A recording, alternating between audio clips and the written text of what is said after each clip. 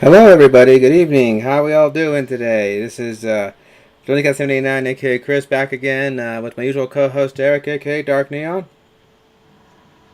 Hey, I'm back from vacation. Yep, this fellow was up on vacation for a while, and that was he sent pictures and everything. That was fun.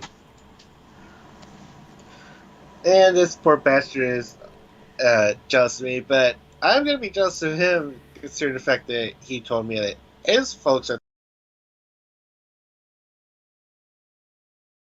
And guess what? New, shiny, brand new toy they opened up just this year. Yeah, but that's still up for debate. But yeah, that's a possibility, and we'll see what things are like in the next few weeks, and we'll make the necessary adjustments. Just this year. Okay, but yeah, so let me see. Do I have anybody in the chat live? Nope, not yet. But yeah, I know I've been putting this off for a while. We were supposed to do this yesterday, but family movie came on, and we've had difficulty, staying up and stuff for some of us because, let's face it, your sleep schedule gets thrown out of whack when you disrupt it with a big thing like trips, and then you got work shifts going in the early ass morning, huh? Huh? Yeah, sorry, I was just trying to share the link out. Oh, no problem. But yeah, so yeah, we're here to talk about Scream. If you can tell by the intro and the thumbnail up right now, more specifically, Scream 6, which just debuted this last week, and is proving to be probably one of the biggest openings for the franchise so far. Where it's standing right now, let's see. I got the thing right now. It looks like it might be opening up at 43 plus potentially, which is still pretty big given the last one opened up at like 30 some. So according to oh, and people are having fun with the puns. Like it says, Scream 6 scares off Creed 3 and 65 with series best opening. Slashing the competition and stuff like that. I'm a little disappointed to hear that 65 isn't as good, but I'll give it a try. It's still as Adam Driver. I'm always uh, up raring to go to see what the dude is doing. By the sounds of it, it sounds like it was a movie that was probably best for rental or direct to streaming, but managed to get a theatrical release, which is fine. But I don't know. Like I said, it's not that it's god awful, but it's not stellar either. In fact, for some people, it's worse than any of those. A bad movie you can pick apart and have fun with how bad it's fudged up, like The Room. You can just point at it and laugh. A good movie you can sing the praises of and talk about what it did right and could do better. But a movie Uh, that's just there bo- Boring. or middle, like it's just it's not. It doesn't do anything terribly. It's competent enough, but it doesn't do anything to rise above the pack. You're just like, it's there. That's bland. And not to mention the fact that it seems like for some reason Hollywood is packing so many stuff in this month and in April. And like just going off, I still have Creed 3 to watch. They're gonna have Dungeons and Dragons coming. There's John Wick Chapter 4. And in April, there's like Super Mario Bros. Movie and Evil Dead Rise. Forgot that was coming. Oh God. Oh yeah, and April it's got a bunch of stuff, and then we got May. May's always the packed here, but June is going to be murderous row for all of my viewing things because you got Transformers kicks off the week. No, no. Across the Spider Verse. Then you got Flash and Indiana Jones within weeks of each other. It's just like this is madness. Oh God, like the March ensemble or Shazam Fury of the Gods. It's like, stop! Hollywood, I know you've been blue ball for 2 years now, but there's got to be a better way to get your revenue back. Certainly not like AMC trying to charge people for seats. Yeah, that was a bit of a oof there. But anyway, oh, speaking of AMC, you can't see it on the stream, but I did manage to secure one of those Ghostface cups with a Ghostface topper. They have three poses for Ghostface. One with him just kind of standing there, looking over his shoulder with the knife like pointing forward. Others with him kind of hunched over, like in a charge position. And I got one that's kind of like him turning around with the knife bit through. I figured that looks Ghostface-ish enough, and it was pretty neat memento. The only cup I got was a Creed 3 one. Ah, yeah. So anyway, so Scream. We talked about the last one a year ago, but I never posted that review due to the last half of it me being disinterested from the conversation because I was too busy trying to get my cat out from under the bed, but I didn't tell Derek. So I was like, yeah, and I thought like, nah, no. But yeah, we both agreed that the last movie was quite a worthy follow up, given the fact that the first four were done by legendary late filmmaker Wes Craven. I was gonna say Wes Carpenter, fuck, but Wes Craven, and he wanted plans to do forward a five and a six, but then four was kind of received okay-ish, and then the Weinstein's. That's all I gotta say. They were the head of that company, and well, we all know what happened in the mid 2010s to the Weinstein Company. So that languished for a while, and then they experimented with the Scream TV series, which did good because it was removed from the Ghostface stuff, removed from Woodsboro. It's its own little thing that Derek's seen the first two seasons and said it's kind of a worthy follow up in the same Well, spirit. I've only seen the first season. I never got around to watching 2 or 3. Probably never will because I don't like Netflix anymore. Yeah, yes, and then yeah, MTV ran that for a while. But then, it was during that period we got the sad news that Wes did indeed pass away in between that time. And I still remember that was a shock for all of us. Oh So, God, no! You know what? A shock. It's like literally the entire day before that news dropped. For some reason, I decided, yeah, like I was all by myself. Like the folks went out to leave a wreath for one of their loved ones, so like up at top of the state. So I pretty much had a whole place to myself. And I thought, yeah, just watch Scream, I guess, since like there's a new TV show coming out. So literally marathon all that, and of course watching a premiere of Fear of the Walking Dead. That my own dad gives me a text saying that Wes Craven died, and I just sat in my room, just in shock, and then decided to just end the night. Like, well, I've already watched the Scream movies. Like, what am I? I guess I better put on a New Nightmare since he was like a prominent character in that one.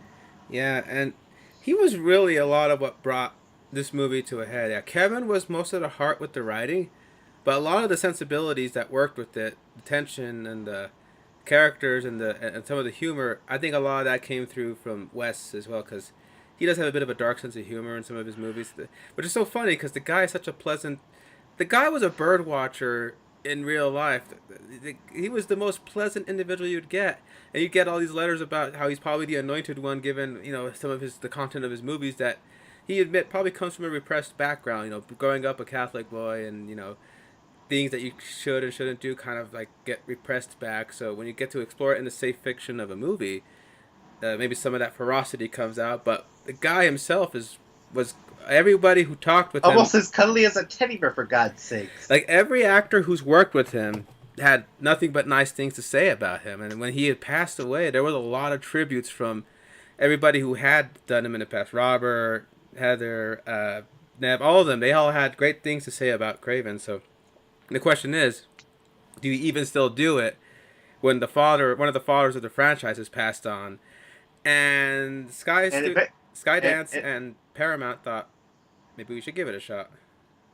but who could honestly take on the role that was delivered, uh, especially since Kevin wasn't even going to be coming back for it. Yeah, I think for Kevin, with Wes gone, it just didn't feel right for Kevin. So he had input, but he just, he figured it that ship that the original thing him and Wes were going to do at 5 and 6 was probably, that ship has sailed with the passing of Wes. So of course, like I said, Paramount was What do obtaining all these new franchises to revitalize because some of their current ones were kind of languishing. Like their Mission Impossible's always hit well, but that was like the only thing that gave them money. Transformers was doing okay for a while till eventually that sputtered out. Or even a more heartfelt, honest version like Bumblebee did so. So, like, but I mean, again, they really only have a handful of franchises, while all of their contemporaries are getting big, money generating numbers. But what's always been lucrative has been horror films, and I think with the revitalization of horror with Blumhouse changing the game with their found footage stuff, with their suspense thrillers, all that stuff, I think they showed there was an avenue for horror that could still be, made. Because don't forget, Paramount was one of those guys that was embarrassed with horror because one of their franchises was one of the innovators of the slasher genre in the 80s. But like they said, they got a lot of shit for making those movies, if you remember. to be fair, any studio got shit for making horror movies. At the time, like I think nowadays it's not so bad. But in the 80s, there was that lady from The Simpsons being represented as everyone. Won't somebody please think of the children with these things? but But then you're left to wonder who could actually take up the reins for such a ambitious project, especially with Scream. Well, enter Radio Silence. I think the name is Matthew Benatelli Open and Tyler Gillette. I think. Yeah. So those two, they were part of a crew that's called Radio Silence, and they've done a couple of great, innovative, thrillers and stuff like that. And they picked up, and they made Scream 5, which was just called Scream, to have some of that sharp wit that Wes had some of that commentary that Wes had. Because believe it or not, the Scream movies do have an undercurrent of commentary. Some people would say nowadays that's too political, but no, they would do that because Scream 1 was talking about exposure of the press and and do movies with psychotic influences actually make people with homicidal tendencies create do stuff. Scream 2 was also an extension of that with the whole blame the movie's motive running Mickey's killing spree. I think Scream 3 was talking about the dark sides of Hollywood because they talked about how Which probably hit a little too close to home considering you just mentioned them. But, yeah. oh yeah, they had John. Boy, Yeah, hindsight's 2020. I'm surprised the Weinsteins let that John Milton thing fly, but it was Lance Henriksen. I mean, how can you say no to Bishop? But yeah, I'm laughing when you watch it now, knowing what you know now about the Weinsteins, you're going, ooh, that John Milton thing is way more sharper now. Probably, I'll, I guess a lot of fans that watch it will definitely imagine Weinstein's getting just the Milton comeuppance that he got. Yeah, and there's even a little extreme, maybe. Yeah, but oh, fuck it. There's a little joke though that I like. I love how Roman complains about how all I want to do is make a romantic comedy. They said I would get to do it if I gave him one more stab movie, which was literally what happened to Wes. He wanted to make his romantic film, but because he wanted to prove he was more than a horror guy, and they said, okay, but in exchange, you have to give us one more Scream, and that came through in that one. So yeah, Scream 4 was definitely interesting, and not only was it talking about reboots, but also talking about the idea of the newest generation doesn't really want to work as hard as the last one. So I say they say anyone could become famous on the internet doing this or that. They had the killer streaming his kills. I mean, all that stuff I thought I think that gets more sharper the more you get away from it because you look at today's current generation of YouTube, TikTok, Instagram, all that stuff that Jill was ranting about was kind of what what people are doing nowadays when you think about it.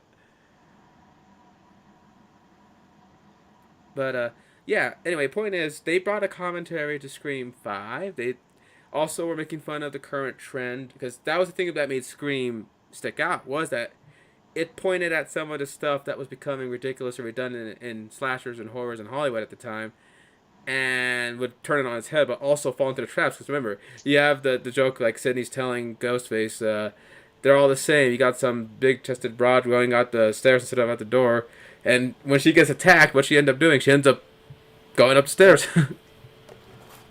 Oops. So yeah, that was part of the appeal of Scream was the whole they would see what the conventions are, kind of make fun of, but also adhere to them because that's what the fans would expect. So and then you got like stuff like movie rules, like you got Randy explaining stuff like the sin factor, the suspected people, actually accurately predicting what would happen in later acts to the point where Derek says that you can use that Hopper joke really effectively with any point at Scream because Randy will always peg it.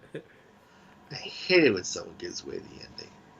Yeah, so it is just again, but the thing that I think Scream because people said this about all the Screams, even at their low points, Scream is one of the few consistently good horror franchise because there's franchises that start out great but either go off the rails, become a shell of themselves, or almost become a parody of themselves as they go on. I mean, in order, there would be Halloween, Friday the 13th, and Nightmare on Elm Street. Hell yeah, a Child's Play in a way kind of became almost a parody of it. I mean, But to be fair, Child's Play owned up and like took uh, what when it was by the balls and just ran to an 11 degree, which is probably why it's still like going so strong. well, they got new life in TV. That was great. It helped that the original creator was involved with that one more often and got to pay a Well, little. all the original creators always been involved. That's probably like the only strength that it had going for it. And the consistent man about town operating things. Yeah, and like because in like with the Paramount and Jason, Sean owned a lot of stuff, but I mean, just ask any bit about that recent lawsuit of a nightmare of a lawsuit, and you can see how things weren't always even keel with each entry. I mean, it became like, well, these things only cost $1 to make. All you need to get is some hot people and some latex, and you got a movie to shoot in the weekend. And they would try to sometimes do crazy stuff, but again, it would sometimes go from the bizarre, like New Blood, to the downright ridiculous, like A Ghost to Hell. So it's like, yeah, people always. I mean, Randy said that sequels buried the horror franchise because they would make like one too many, where you go like, is this even fun anymore? But He's, Scream, he's, he says that without remembering that. Oh yeah, Friday the 13th Part 2 is actually better than the first one. mm-hmm.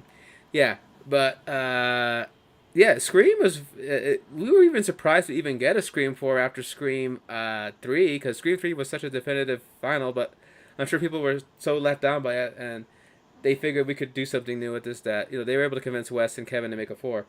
So It which I call it the reboot movie, but it's still in the Scream timeline, so it's like the fourth entry.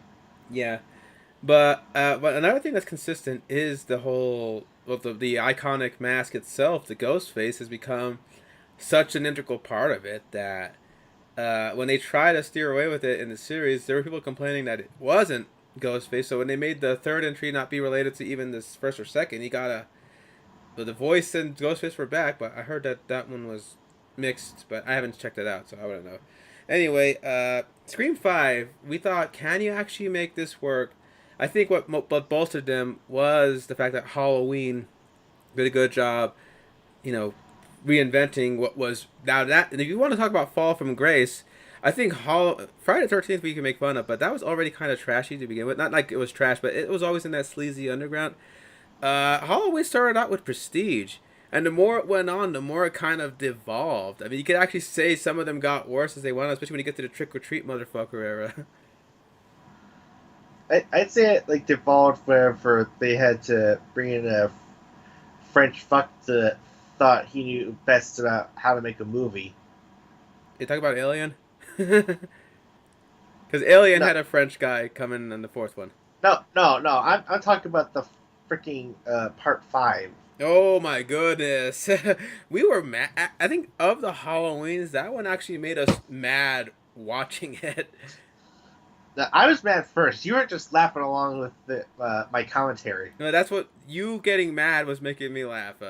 At least, yeah, Resurrection was bad, but we could make fun of how goofy it was, especially with Buster Rhymes, doing kung fu on Michael Myers. So again, that's more entertaining than whatever the hell Five was trying to do.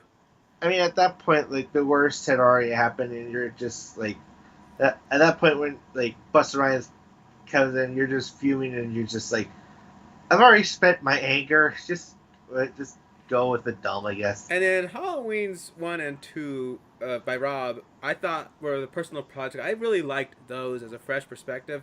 I can see why people have their problems with it, but that was great. So I like how To be fair, the part two was just him giving the middle finger to Hollywood, saying like, "Oh, you like I literally gave you such a definitive end, and you thought they could make a sequel out of this. Oh, okay, assholes, fine. Here's your fucking sequel." and then he still had plans for a 3, which would have gone even more off the walls. But anyway, so Scream 5, when they said they made this with the express intention of honoring Wes Craven, and they even end the movie with the for Wes. So and a lot of people agreed it did a good job of picking up the franchise. By the way, what I brought up Halloween was that movie did fall from grace, but then the Halloween movie from Blumhouse by Universal Blumhouse in 2018 really did turn it around where that was actually good. Even people who said I'm not a Halloween fan said that the Halloween 2018 was actually pretty good. It was definitely a pretty great tradition to bring my dad along to watch a Halloween movie that's just new and coming out into the theater, especially since he was the OG fan back in the old day. So see that's generational. That's very great. So Scream 5 did a good job of aping some of those tropes, but also again, adding a new spin to it, but also still staying just as sharp and punchy as the original. And you get a really spectacular new cast with people like Jenna Ortega as Tara and Melissa Bartiromo. I remember when people were like didn't know who she was when she appeared in the trailer and thought that she was just going to be an easy kill. She, she sure dies hard, that's for sure. And then like once the film dropped and then Netflix brought up Wednesday, now everyone was like lining up to see like, oh, I want to see this Jenna Ortega. Give me more Jenna Ortega. Oh, she was even Brooklyn in Jurassic World Camp Cretaceous, the pink-haired girl that was screaming a lot. She was so that series is so cute, man. I remember we were watching it and laughing, going, Cute, dude. It gets dark at times. You almost thought one of them died. I know, but I still remember when it actually turned into when the Wimpy Kid turned into Turok with the damn Ankylosaurus as his partner. We were like, "What the fuck show are we watching?" In a good way. But and it got other people like I like how they still call back to the original series by having like just like Halloween, you had some returning favorites like David Arquette as Dewey and Courtney Cox as Gail and Nev Campbell as Sydney. So, but like the other legacy sequels like Star Wars, Halloween stuff, it's all about the new blood because Halloween had Allison and Judy Greer's Karen. Those were pretty good characters. In this, we have Sam Carpenter and her sister Tara, and you had a lot of fresh faces from the current acting sphere like Jack Quaid from The Boys was the boyfriend Richie, and you had Jasmine Savoy Brown as Mindy Meeks with her brother Chad Meeks. Mason I Goodman was remember. actually the son I of Cuba remember you Gooding getting. Jr. I remember you getting excited that they brought back Judy for from Oh yeah, part Mary four. Shelton. Like I'm one of the guys who really likes Scream 4, so I kind of want to go, hey, every time Mindy mentions how Wes mentions my mom was in the last one. Nobody gives a crap about the inferior sequel characters. I'm like, hey, foul ball. I say that in good jest, but foul ball because seeing her go in Scream 5, that was actually a good tense scene. You gotta admit, she literally ran right into that one. There's no other way to put it. She ran right into that one. But I do like how Ghostface was taunting the way Sam used to make fun of her by calling her Judy. That was so cute. Oh, Yeah, well, when we were Can, watching. can I just point this out? Like, something that didn't click into me until uh, I can't. No, yeah, it was Jeremy Johns pointed out that the 5 and 6's Ghostface. Okay, so remember how like any Ghostface in particular movies, like anytime they're in a costume, they're running around and somehow they always keep fumbling and tripping and all that. In 5 and 6, they don't do that. I'm guessing In mask fact, in technology fact, got it's better. almost yeah, the mesh technology. It's like they got it with that rose that new danger factor that they're like more efficient, more faster, and like unpredictable at times. Yeah, and yeah, like I says, but I like how they brought back the old and the new and mixed it up in a way that didn't feel like it was a waste. I know some people might disagree with the way some things turned out. Like I like spoilers for five, but like one of the big things that you can kind of tell from the trailers that pardon the phrase, they Han Soloed Dewey. Like the minute I saw him turn around and I saw a lot of folks, I'm going, because I call it that because we all know Han Solo dies in Episode 7 at this point because everyone talks about it. The minute he went to that bridge and yelled out Ben, I realized this could only end in two ways, and I'm not feeling good about this ending. Well, and I was on my edge to see that. So I call it that when they do that to a character where they easily set up them in a path Oh, like, they almost did that to Ian Malcolm in Dominion. oh man, I don't know if okay, I would have still Like enjoyed. I'm just saying they framed it in such a way that's like, okay, there is no way he's gonna be able to get out of this. So you're talking about when he was staring down the Giganotosaurus, right? Yeah, with the The flamethrower, flaming. No, not a flamethrower. He had a flaming tree torch, branch. the torch, yeah. And then oh man, but I thought yeah, so I still thought that that was one of the best moments in it, and it was played for. It wasn't like a cheap, like, because horror movie fans are used to sometimes you bring back a character just to cheaply do them off. I mean, that's the Final Destination stuff. If you see them survive one movie, you probably won't see them survive the next one. Holly Larder, damn it. But oh, and another big surprise when they're mixing old and new was the fact that they brought in Skeet Ulrich as Billy Loomis, and nobody knew until you actually saw the movie. We're going, oh shit! And they used some of that Marvel magic to make him. He still looks good enough, but they used some of that Marvel magic to make him look a lot more like he did in '96 with the fresh blood shirt and everything.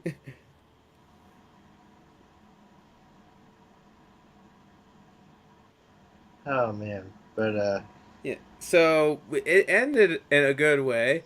You find out that Sam does come to terms with the fact that she is the illegitimate daughter of Billy Loomis, and she keeps seeing visions of him encouraging her to cut up people.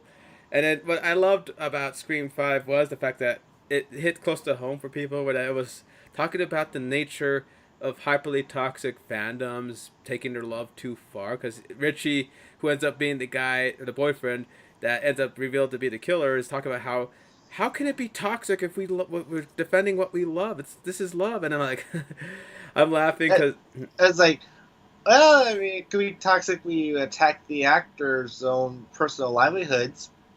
yeah, Just saying. and then they were talking about the fact that Stab 8 was rejected for from the Knives Out guy, and how everybody was talking about a total Mary Sue, some of the plot contrivance. I'm laughing like this Uh, uh, sounds eerily uh, familiar. yeah, but I'm saying it's like, didn't your franchise literally have a entry that involved time travel somehow? Yeah, but I don't like how they make fun of the fact that Stab 8 is just called Stab, which is making fun of how Scream is just called Scream, and how Halloween is just called Halloween. Okay, but to be fair, Halloween was only named that because it's the Halloween of 2018, which is literally the setting of the movie. Yeah. But So I'm not gonna defend the Scream thing. I still, to this day, well, like no, after we're done recording this, I'm just gonna take a fucking crayon, get my little box art, and just like etch in a red V in the middle of that M to just like give me like a solid conclusion on that because that's where like it should be. If you notice, the M is more pointed than the Scream One M. If you notice, but yeah, they made fun of that in the movie with the whole. Why they name the first? Why they call the Stab 8 just Stab, like the original Stab? Like just call it Stab 8. And by the way, that is famous horror YouTube icon Dead Meat playing himself as a YouTuber ranting in that scene in Scream 5. I wonder how like on a scale of like what to oh my fucking god I'm in a Scream movie exciting was when you got a call and say, hey, you want to do something for the new Scream movie? Yeah, and I wonder. I don't know if he's talked anything about Scream 6, but look. I know, but like I'm saying, so far consensus is pretty positive. So anyway, now that we're on it, let's go on to Scream 6 because Scream 5 ended in a way that it did set up like it could be the end if they wanted to do it, but it also left itself open. It's like many a good Screams, and they decided to take the ghost out of Woodsboro and put him straight to the Big Apple, which I'm sure excited Derek. I made him say, "Remember the last time a famous horror icon went to Manhattan? Didn't quite turn out so well." But to be fair, they don't call it Scream in Manhattan. This is Scream 6, but I like how the production clappers were called Scream with two exclamation marks. Like, yeah. And there was a lot of things to excite people for it. Like, I mean, to get the elephant out of the room, Nev Campbell was approached to return, but there was a pay dispute. Like, she has been in like 5 of these, and she's still getting paid a minimal rate, like compared to what she started.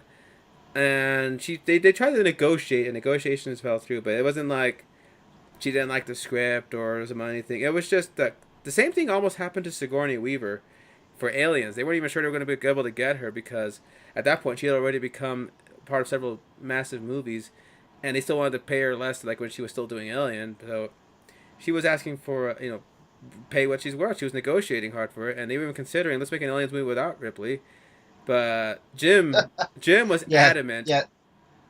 It's Jimmy Boy to the rescue on that one. Yeah, he was adamant that this I made the script for her. It's Ripley or bust, and then they managed to It's like set you up get Ripley or you don't get the fucking movie. yeah, and they were able to get that agreed. So with Nev, I'm sure Radio Silence would have loved to work with her and negotiate, but that was a producing level call, and it just she figured she'd just rather walk away, which I think is good for the character because we're going to explain further. It actually helps the remaining characters have time to flesh out because we're not too busy trying to linger on the legacy characters because that is the danger you always have whenever you bring back a legacy character is that you end up becoming more about them. In fact, I think as excited as I am for Flash, I think there is going to be a huge overshadowing of the fact that Michael Keaton is back as Batman.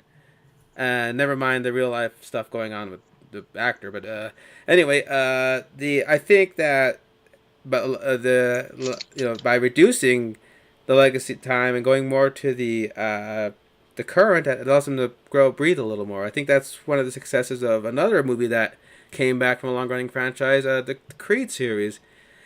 It still has the heart of its story be about Adonis Creed, the son of Apollo, and Rocky is there to help remind us this is a Rocky world, but he's not just there to be, oh, hey, Sylvester Stallone, cheap fan service. He's actually integral to the relationship, and the further movies emphasize that to the point where it was able to let Donnie grow into his own role that when Sylvester couldn't come back for the next one, there's a whole personal beef behind that unfortunately bled its way into the public. It ended up, there was enough room to stand alone that you didn't need to use the legacy character as a crutch. So I think with Scream 6, even though we're missing Nev, I don't think her being absent is really a detractor too much from this entry. Wouldn't you say?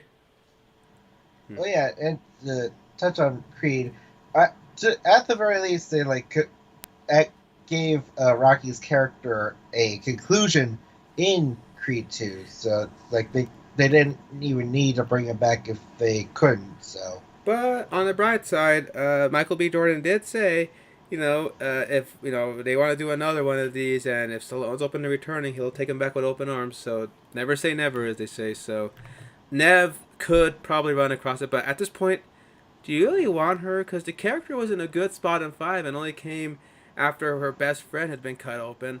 So to support, who was left. So I think there's. I mean, it's not much of a spoiler. There is a quick line addressing the absence that makes sense, and I go, well, good, good. We all agreed, good. That was a good call to make. I mean, would the movie have? I was a little bit worried that they were going to off screen her.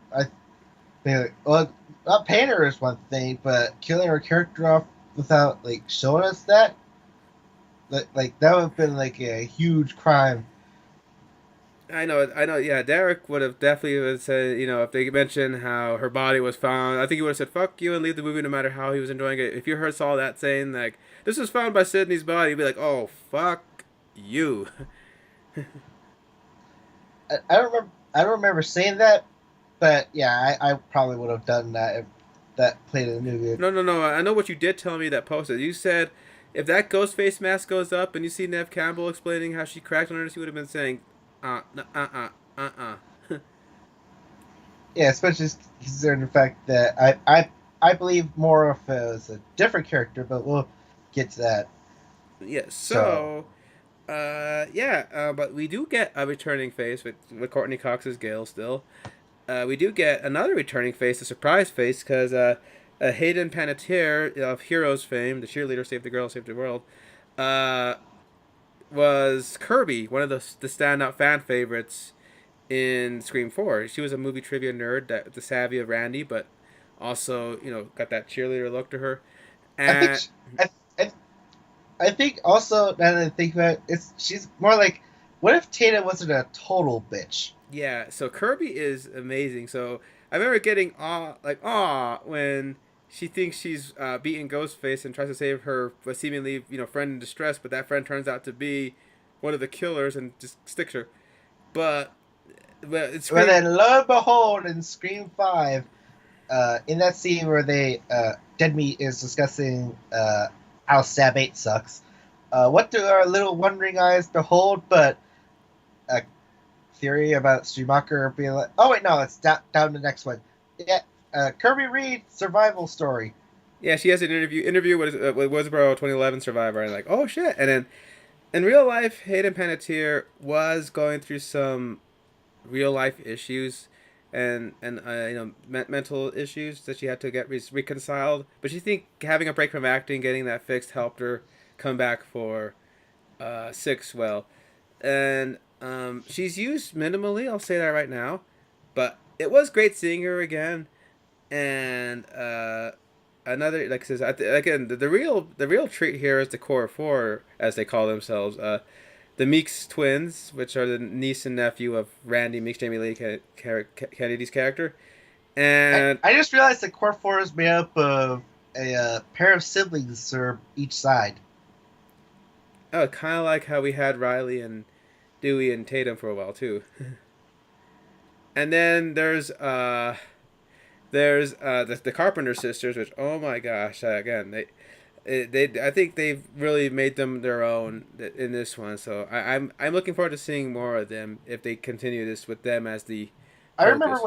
I remember when people criticized those two characters, the Carpenter sisters, that they weren't standing up. But I just said, you go like, are you sure? Because to me, seem to serve their introduction fine. I mean, considering the fact that one of them was literally turned into a pincushion Oh almost yeah, by the end of the movie. yeah. They even say that in the movie. Like, she's a pincushion by now, man. There's no way your gimpy sister can take me out, and she still does with her crutch. Oh man. So and then again, I think they used the legacy in a way that doesn't again take too much time from the core, and you still get enough.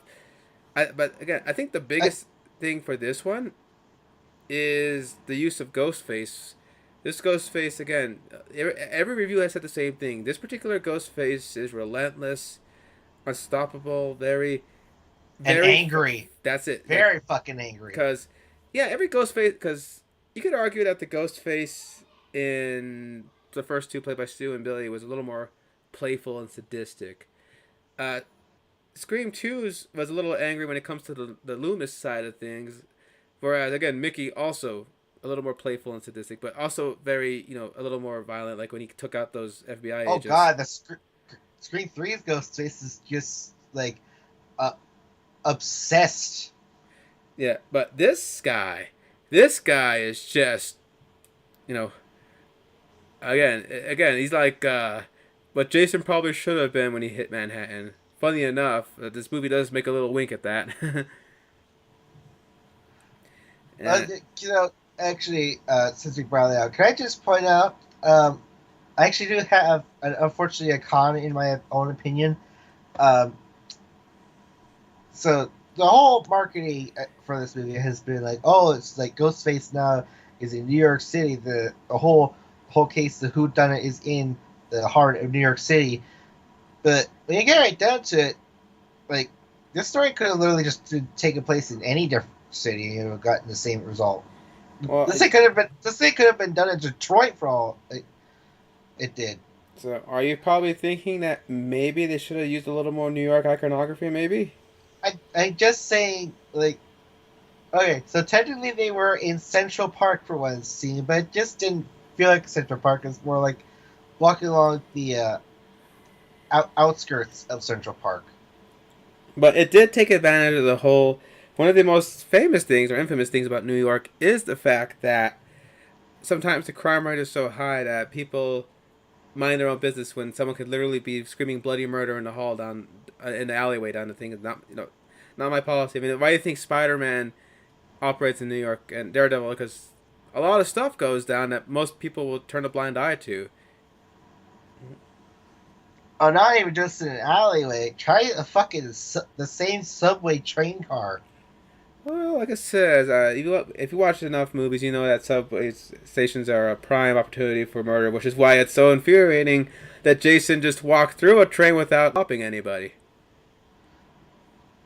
I'm just saying when like if a alien superhuman does more damage to the sadistic hockey mask serial killer, uh, you're you're doing it wrong. Oh yeah, that. Speaking of which, I think the reason why that scene was like that was because the original cut was probably way more violent with how the Predator was taking out people. But Oh yeah, yeah, I forgot the Friday the 13th had the unfortunate asshole that was always biting at their tail end. The MPAA was always keen to cut any good stuff. speaking of violence, I'd say right now, right up front, this one easily the most violent of all six. Easy, no contest, I'd say. Oh, I'm not gonna argue on that one. Especially, I think this is the first time in a this is like uh the first time in a while that I've actually winced sickeningly, almost to the point of like retching at the sight of one of the kills. Oh my goodness. Yeah, and like I said though, and again, even in the trailer, there was a few controversies. Not like in a bad way, but people are like, "That's a bold choice." Like, there's a part where the Ghostface attacks a store, and to have a trusty New York store owner to have a gun, Ghostface just surprises them, takes it, and then boom, just open seasons him, man. Elmer Fudd's him, man. Wouldn't it be Daffy Duckson? Oh yeah, you're right. He's the one that gets the face blown off. But again, I just thought that was an effectively. There's a lot of moments where I was like, oh man, like I think what's funny though, in my rewatches for all the screams, there's a few that jumps that will always get me. For example, in Scream 3, when Sydney gets attacked in the studio, I keep forgetting that Ghostface jumps at the window behind her. So when he goes to, I literally go like, "Whoa!" When it happens, I keep forgetting, man. So this one had a couple of those where damn, and definitely has more tension. Like if y'all saw Jurassic Park 2, y'all know one of the tensest scenes is when Julianne Moore is on a glass opening between her and a cliff, and the more No, pressure she's on a glass window. and the more pressure she puts, the more it cracks. So that's what this movie feels like in some scenes. Where you're like, it's like an intense version of my favorite scenes from Jurassic Park. Like the bodega shopping scene is very much like the raptor scene in Jurassic Park. The subway scene, ooh, forget it. Talking about holding your breath, man. Even in a trailer, that was spooky, but to see it actually play Oh, out. I remember I got like the most uh, upvote comments on the teaser. It says said something along the lines of like, this really it's, it's this really paints a very scary picture of what is to come. Definitely. And oh man, the ladder scene. Wow, there's a lot of great moments in this movie. So I think for one it works. The plot might have a few like parts that need tightening when you really scrutinize things, because that every movie has that. But I think there's some, because I've heard some classic fans deriding some things because of logic leaps. But I mean, we're at the sixth century right now. But you gotta admit though, it never does something so out there that makes you stop and go, okay, now you're just destroying your whole argument. They still keep the things in check. It's still fine tuned and sharp enough to really hit where it needs to count. But uh, I think that I really enjoyed this one a lot. I enjoyed the last one, and I enjoyed this one. I think I enjoyed both equally. I don't think I'd say one is better than the other, but I think I'm not saying that it's bad. I'm saying you got movies this good running on a batting average at 6 movies. It's impressive to keep that streak running, especially when some movies run out of steam. I mean, Saw was pretty consistent, but every now and then they would do something that would be really dumb. Like when we got to final chapter, I think we were like really let down after some of the. Oh my god, that the opening segment, I was like, okay, this literally goes against everything that the Jigsaw traps goes. First of all, you're having the trap be in public. How do you even set that up? Second, isn't like the whole point of these traps supposed to isolate these people to, you know, come to their own like conclusion of like whether to live or just die in obscurity? So the point is, they did that for gore's sake, and it compromised it. So I don't think Scream ever does Oh, anything. and let's oh my god, let's not even touch upon the infamous pink blood. Yeah. So I think Scream 6 did a good job, not you know going Like so.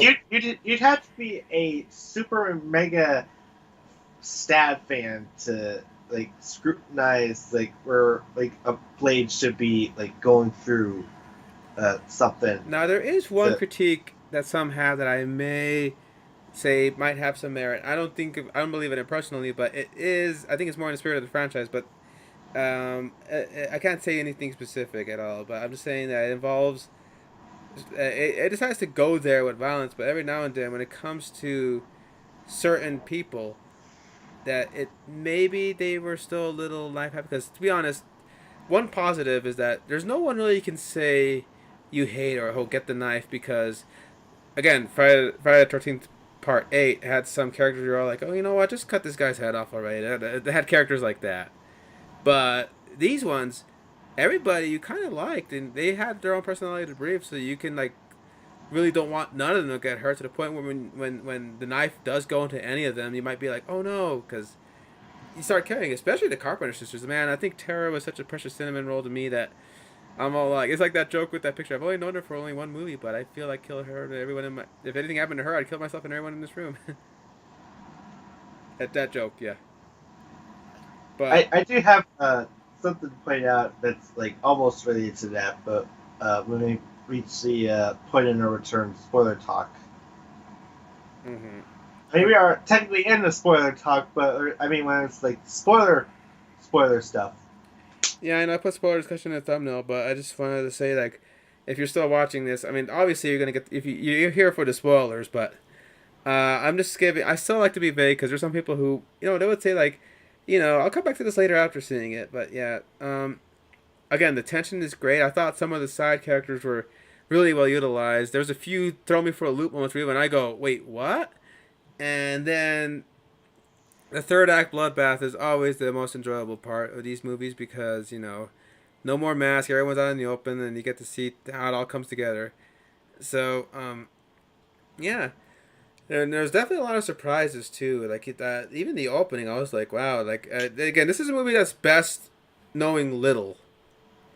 And if you think you know what's going to happen, don't, because whatever you think will happen probably doesn't happen. I'm sure if you see the trailers, you might be like, oh, this is another fact to point out. Isn't it funny how we were 6 movies in, and this is the first time Gail's actually received a call from the killer? Yeah. Oh man, Because Dewey never got a call. Yeah, yeah. But yeah, like I'm saying, it's Oh no! Oh no! Well, he technically did get a call, but it wasn't from Ghostface. But the call definitely led to his death. yeah. Oops. Sorry, Gail. Oh, but he did get a call from Ghostface not using the Ghostface voice. So yeah, it was Roman as Sydney telling him to go to a place. Oh yeah. But that's the only call he's gotten. But he didn't get none of the foreplay calls. Boo. But yeah, so I mean, hell, even Judy got a call. Yeah, to let her death. Yeah, so it's like poor Dewey. Even even in death, he's let out of the club. But Okay, so I think we're reaching the point. anyway, so I think two thumbs for me on this one, and it's getting a lot of reviews. Some people might call it overhyped, but I think this is definitely a good track because most review videos I'm seeing are saying a solid entry or another consistent return to form. So that's good to say that a majority of people are liking it. And if you didn't like it, oh look, we got Ian in the chat. Hi there, buddy. You just joined. That's great. Just to ask. Oh, he did see the movie, so oh, good. So we're free to go as spoiler heavy as possible. Because I always get worried about chat people that people would say, "Why did you spoil that?" It says spoiler in the discussion. Why are you here? You, I don't know. Did you just walk into the wrong room? Yeah. Anyway, actually, with It, him, it, it, it, would, it would be like going into the women's restroom and looking around like, wait, this how is I supposed to know this is the women's restroom? is And there's that a big honking sign on the door that says women's bathroom. I don't know the. Okay, I'm not gonna make that joke.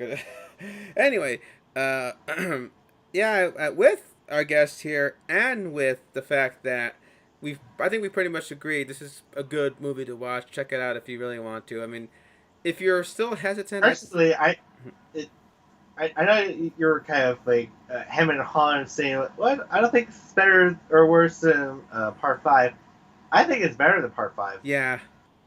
Well, I think it. Mostly the fact that we're not in fucking Westboro again. Woodsboro. Yeah, I think the again. Okay, I would give the edge more to 6 with character, especially the Carpenter sisters, because I was really invested in their story. So yeah, I'll give it more of that. But I think I think most fans agreed this is a worthy follow up to check out. If you're really into Scream, this will movie be one that you'll like. Definitely be. You'll eat this a lot. This is made for us, man. This is made for those type of people. All without pointing a finger at you, so you don't even be like, "Hey, this movie's insulting the fans." I'm surprised we didn't get a lot of that with 5, given the message was toxic fanboys suck. I'm surprised people kept saying, "Hey, I'm in this picture and I don't like it." So, No. all This right. is it. Point of no return. Spoilers, you've been warned. Okie dokie. So, oh my goodness. We're in New York now. And I still So, like. let, Hmm, so let's just get right off the bat. So, the movie opens up, and we got a professor that's going on a blind date and getting their phone call. I'll give credit to the fact that this Ghostface disguised their voice to be someone else for a while. and this Obviously, a little homage to Scream 3. and this is favorite Samara Weaving playing the teacher who was last seen in there's that one horror film that she recently did that was like Ready or Not. That was it. That was the one she did was Ready or Not. And she's Also, a Radio Silence production. and she's also the niece of the famed Hugo Weaving. In fact, you kind of see the facial resemblance a little.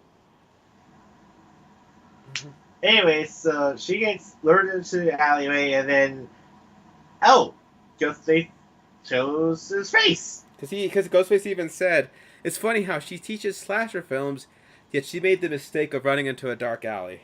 Hmm. I liked how Ghostface pointed that out to her. Yeah, but yeah, the Ghostface unmasked himself right in front of the audience, And and it's Flash from Spider Man. Okay, his name is Tony Revolori and his name's Jason, but I kind of laughed like, is that Flash when I saw it? he's like, "What? This is like this." another Spider-Man character from the MCU being involved in a horror movie. If I had a nickel for every time that happened, I had 2 nickels, which isn't a lot, but it's made it happen 2 times. Who was the other one? Uh, uh, Ned Leeds, Yes, yes. Oh, who is him. Yeah, in. Jacob. Yeah. You probably wouldn't have heard of this movie. It's the Rooster Teeth horror movie, Bloodfest. And I'm pretty sure Zendaya will eventually star in one of those type of horror movies eventually. She's got the drive for it. Anyway, so it's so funny that we think, oh, this is interesting. That even I thought, well, we're already here at this point. And I'm trying to figure out what's his connection to everybody. I'm trying to figure it out. And we find out it was just a practice run, which there are some people who get that feeling of like, we kind of gotta get a few test runs before we could do the big event because they want to go after the Carpenter sisters, him and his roommate, and then we get the call, and then we get because the other call wasn't really a proper Ghostface call. It was a Ghostface call, but it wasn't like as, like we're used to the foreplay and the menace and the thrilling. To be, to be fair, they were homaging one of the Ghostface killers, Roman's voice masking. Because he did that in Scream 3 when he killed Cotton. But like, can I just divert a little bit? I feel like Cotton has like the worst problem of not understanding the uh, weight of urgency of things. Okay, so like back at Speed 2, there was like obviously like a sort of like a Ghostface killer going around a campus, but instead of like understanding that his needs of being on camera might be looking nefarious and looking suspicious, he decides to make an ass of himself. Yeah, Cotton didn't know how to read the room, as you say. And then in part 3, whenever he like literally gets a direct call saying like, "Listen, I am literally like a doorstep away from your girlfriend, and like will skewer her faster than that chick from Psycho. Unless you tell me where Sidney Prescott is, and then I'll just walk away and you will never hear from me again." And kind of like, "Get the hell out of my house, you idiot!" Yeah. It's like, dude, come on! Are you serious? Do you not notice like how severe this threat is? But yeah, yeah. So anyway, with this one, I thought, okay, so maybe we're gonna have the Alfred Hitchcock suspenseful of you give in order to create suspense, you give the audience information that none of the characters know. So like you tell the audience there's a bomb under the table, but the characters don't know they're talking even, and you're waiting for that bomb to pop. So we thought, oh, maybe that's what's gonna be with this guy being unmasked in the open. But then he gets a phone call, and it's he thinks Ghostface. it's his partner screwing with him. As I said, like he said, I thought we agreed not to do the voice with each other. Just practicing. And I love when he tells them, so how did it feel? And like how, and it talks about, this is like true crime shit. You'll hear this from actual killers being interviewed when they ask, like, the more they would stab someone, the less they'd be like a person. And it's almost like they're just a piece of meat. Oh, man. And then we only learned that the reason why that teacher was targeted is because the dude got a C minus. Oh, yeah. And even And like to the point where even Ghostface is like, really? A fucking C minus? And the reason he's just going after the Carpenter sisters. And then I love it when he keeps asking for, I think, was it Gary or Glenn was his partner? And then Right. he kept saying, like, I told you, I'm still in the apartment, man. And I like the fact that he has his own little stab shrine, which becomes a big deal later in the movie, where he has like a little closet with like a few iconic masks next to like stab posters and stuff. And then I like that when he plays like a little game of hot and cold. We all know when he eventually kept saying warmer, and I told the refrigerator, I'm all like, ooh, we're gonna get a nice reveal in the refrigerator. And sure enough, just Really? Really? I thought the hot and cold thing was going to lead to him getting stuffed in an oven or something. yeah. But when I saw the door open and there was the hello surprise, I was thinking of that hilarious version of it when Stanley Uris's head is inside the refrigerator. Hello, I'm in the deadlights now. Oh god. I'll say this though. This is the first time I've ever seen a man stuffed in a refrigerator. Usually it's a woman. Oh yeah, the woman in the refrigerator is the trope. Yeah, And I like how Ghostface then jumps out, and I like how this Ghostface has a much more decrepit mask, a little more aged. which I actually have a theory about, but we'll get to the reveal. But yeah, this Ghostface this like goes hard ham on this poor son of a bitch. Oh, what's funny And about Jason is also, ironically, he was watching Jason Takes on Manhattan on TV at the same time. of And course, probably fast forward to the part where he actually gets to New York, which is like what the last 10 minutes of the movie. no, the part was actually still on the boat, and that's when he kills the hot cheerleader in the shower. Really, I seem to recall it was just showing him the turnaround at Times Yeah, Square, but I'm guessing it jumped because the scene I remember when he starts the call, yeah, it's the part when when the cheerleader gets killed and the blonde gets killed in the shower because you can hear her screaming and everything. I think that was what he was watching before he got the call. So maybe by the time he was passing the screen, then you see the famous turnaround, maybe. But yeah, so they cut out all the movie. Maybe it was edited for TV. Who knows? But no, anyway, I love the funny bit where he's getting stabbed. Even goes, he's like, "What about now? Huh? You feel like a piece of meat?" And he mentions his motive with him and his partner's motive was we gotta finish Richie's movie from the last one and kill the Carpenter it's sisters. yeah, I just sit there going like, oh fuck, it's another like, oh, I gotta like eke off the stab franchise or bring it back and all that. Yeah, but then Ghostface smacks him up and everybody tells him his last words. What about the movie? And Ghostface, all angrily. Who gives a fuck about movies?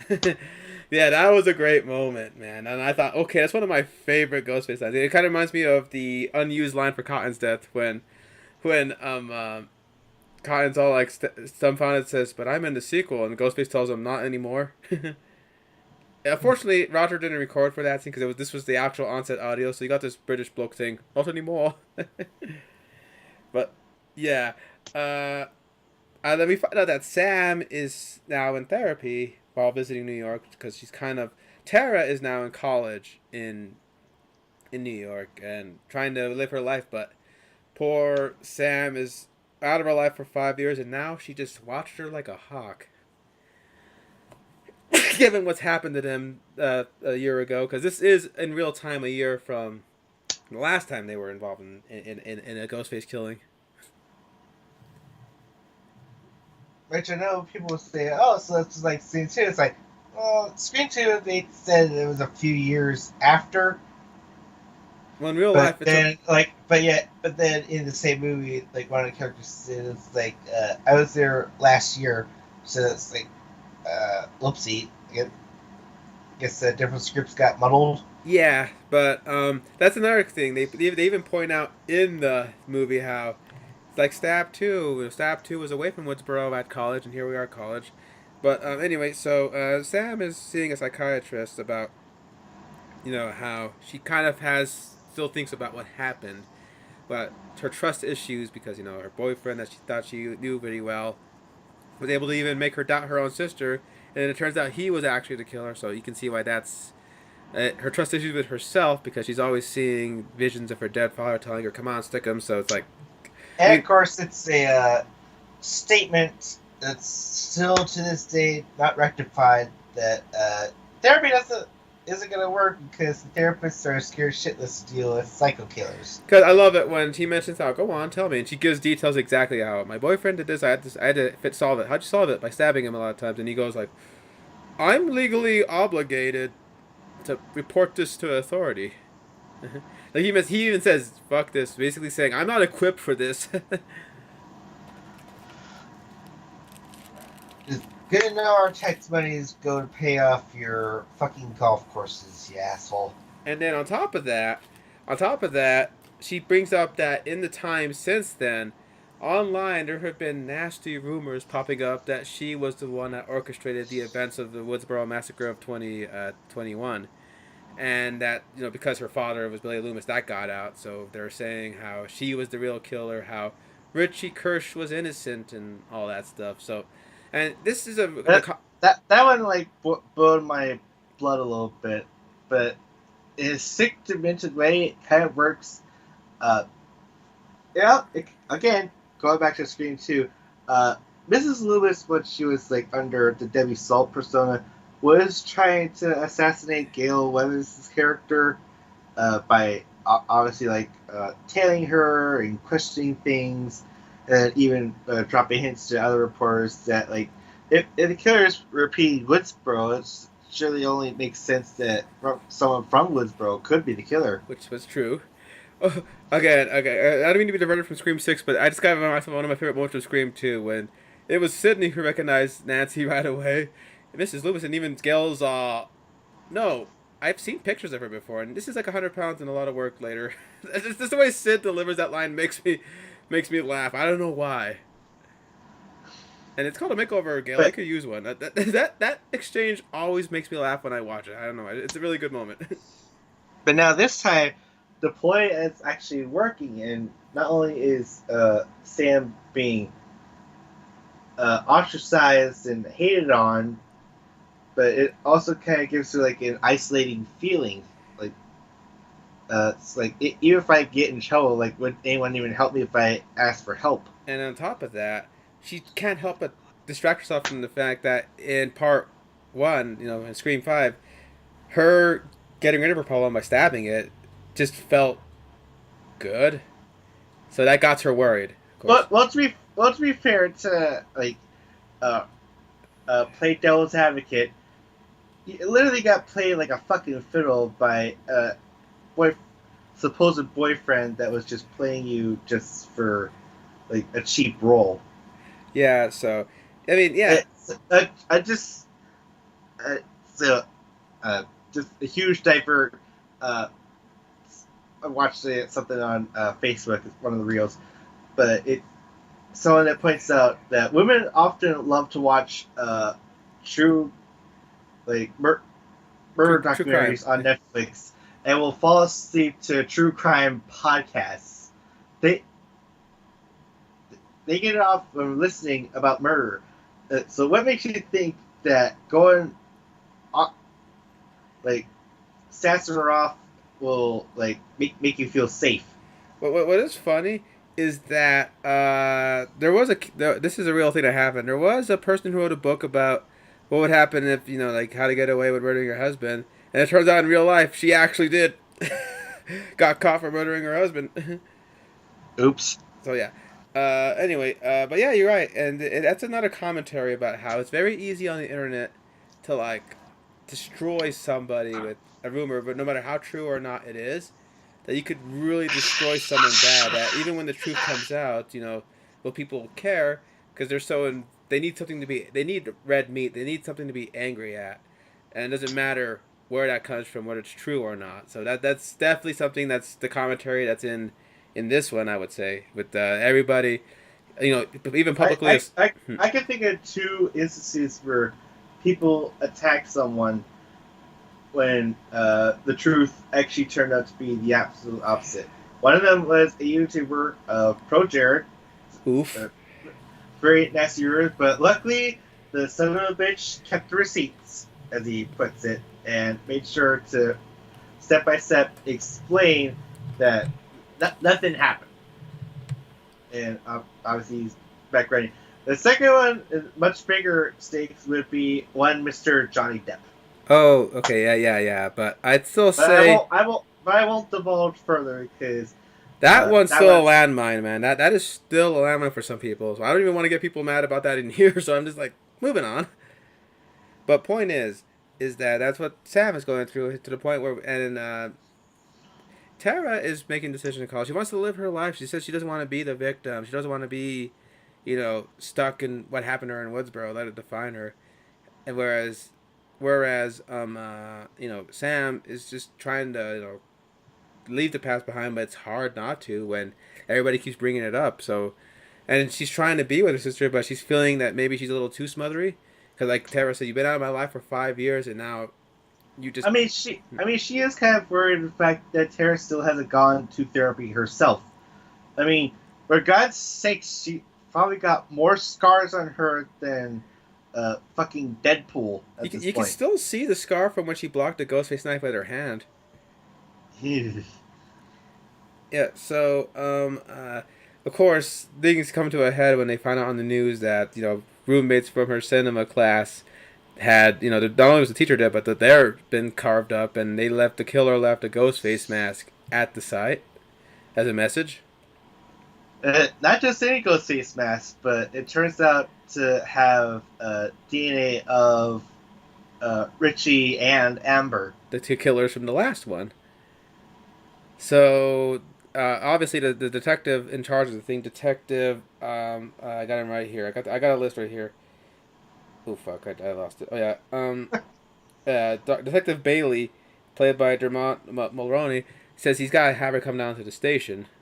Oh, we also get to see the living experience, like Chad and Mindy, the survivors, the niece and nephew of Randy that survived the last one, are with Tara. They traveled with her to college as well, and even stopped her from making dumb decisions. Like there was this one guy, Frankie, who might have been a little too handsy feely to the point where Chad had to step in and like a good friend, just told him to fuck off, humiliated him. Not just handsy feely. He got like rough and tossed. Uh, Oh, and that was when the shit flied, and then when Sam shows up, I was in my chair like, okay, take him in the schnoz. and then of course Sam shows up and tasers him in the balls, which didn't help anyone. Okay, even better than that. Which didn't help that the other people were like, oh look, it's that psycho chick who killed everybody, and again, and she's having that argument and heart to heart with Tara, some random party goer just splashes coke all over her. It's that's gonna be a waste of a good drink there. And later, when the news is talking about how prime suspect number one is Sam Carpenter due to her proximity to the Woodsboro murders, and that video from earlier showed up on there, like, ooh, that's not a good look for you, Sam. Like we know the truth, but it's so funny how everyone like just turned her into public enemy number one overnight. Oh, but we also got to meet that Tara's living in not only with the Meeks, but also has another roommate with Quinn Bailey, who is the daughter of the detective that cause she even made a joke with to Tara that even after her brother died, she knows what parental helicoptering like a hawk is, with her dad being a cop, for crying out loud. Which that also makes you think of like Mr. Thompson with Nancy. You know how Nancy has her dad being a cop, and after the events of the first movie, he was a little more keen on her, but things didn't work out. Uh, so when on their way down, they get the call, and the call is from the past. The call is from Richie's phone number, which she had never removed even after all that happened. But you gotta wonder why. Yeah, that's probably Why? That would have been the first thing I would have done. Like, well, obviously after carving him up for almost trying to carve me up. But what ended up happening was that yeah, so she answers the call, and Ghostface mentions how he did chop up those amateur wannabes that were planning to deck them out, and she's all like, "Oh, were you protecting us?" He's like, "No, he wants to make her suffer because he wants the world to know the killer that she really is." So I'm like, "This is somebody with a vendetta, very, very personal." It did kind of make me confused. Like, okay, so you're going with the conspiracy theory thing, but wasn't that orchestrated by Richie? But who knows? Maybe this Ghostface is the one that got it out there. We'll find out later that that's probably the case. But and this was the first oh shit for me was he said, "You watch your back, well you better watch yours." And then Ghostface popped up right at that minute with a slightly more cracked mask than the one that we saw earlier. And oh my god, that bodega scene. Oh That my that, goodness! that that like the dude just like went through like how many people fell through him? Three Three? right there, I think, and then Oh god. the shopkeeper too. Yep. Shopkeeper shotgun to the head. Yeah, and I like how they used like how you have that weird little reflective mirror that's on corner. I like how they use that for the shopkeeper looking at to see Ghostface is approaching him from another angle, and then Ghostface stabs him and takes the gun and then finishes him off like dang. And of course they keep Actually, now that I think about it, why didn't Ghostface use that mirror to see where Tara and Sam were? I don't think it was in that angle. I don't know. Dude, those headshots you have to have a mirror that goes in all angles. Well, they were low. I think I don't know, but I loved how they would be crawling along, and Ghostface would be like just peeking, and then of course there has to be glass. So you're just like, and people say, Glass. Who's the shit about glass? yeah, because I'm just thinking. I'm just thinking, man, this feels like an actual stealth level in the game. Like, have you ever played games like Metal Gear or Last of Us where you have to be really quiet and the camera angles are like, I mean, to use this as an example, the boss fight with Dave in Last of Us Part 1, when you're Ellie helpless and you can't be caught by him, or the Sherry levels with Chief Irons. That's what this kind of reminded me of. But But, oh yeah, so oh, eventually they do manage to, like, hold off long enough for the cops to show up, but by that point Ghostface had already escaped and left yet another mask at the crime scene. And that one they found out has DNA from the Woodsboro killings from 10 years ago, the 2011 massacre. With Jill Roberts and Charlie. speaking of which, who would happen to come by knocking? Oh yeah, Hayden Panettiere as Kirby Reed, who's now a special FBI agent who mentions that she has a special history with Ghostface killings. And she even comes complete with her. What did Dewey describe it in Scream 2? With the command center, I don't. No. Fuck, you're right. But like like the scene where Randy says, I know a lot about heartbreak and pain. Oh yeah, the limp. Yeah. That see you have your love scars, and so do you. Oh yeah, she still has her love scar from Charlie. Oh yeah, that one must have hurt her. But yeah, And so I remember she just tried to say, uh, I thought I had died. I probably did for like 4 minutes. and I like how that says that might have made her a little loopy or not, which is a big plot point later.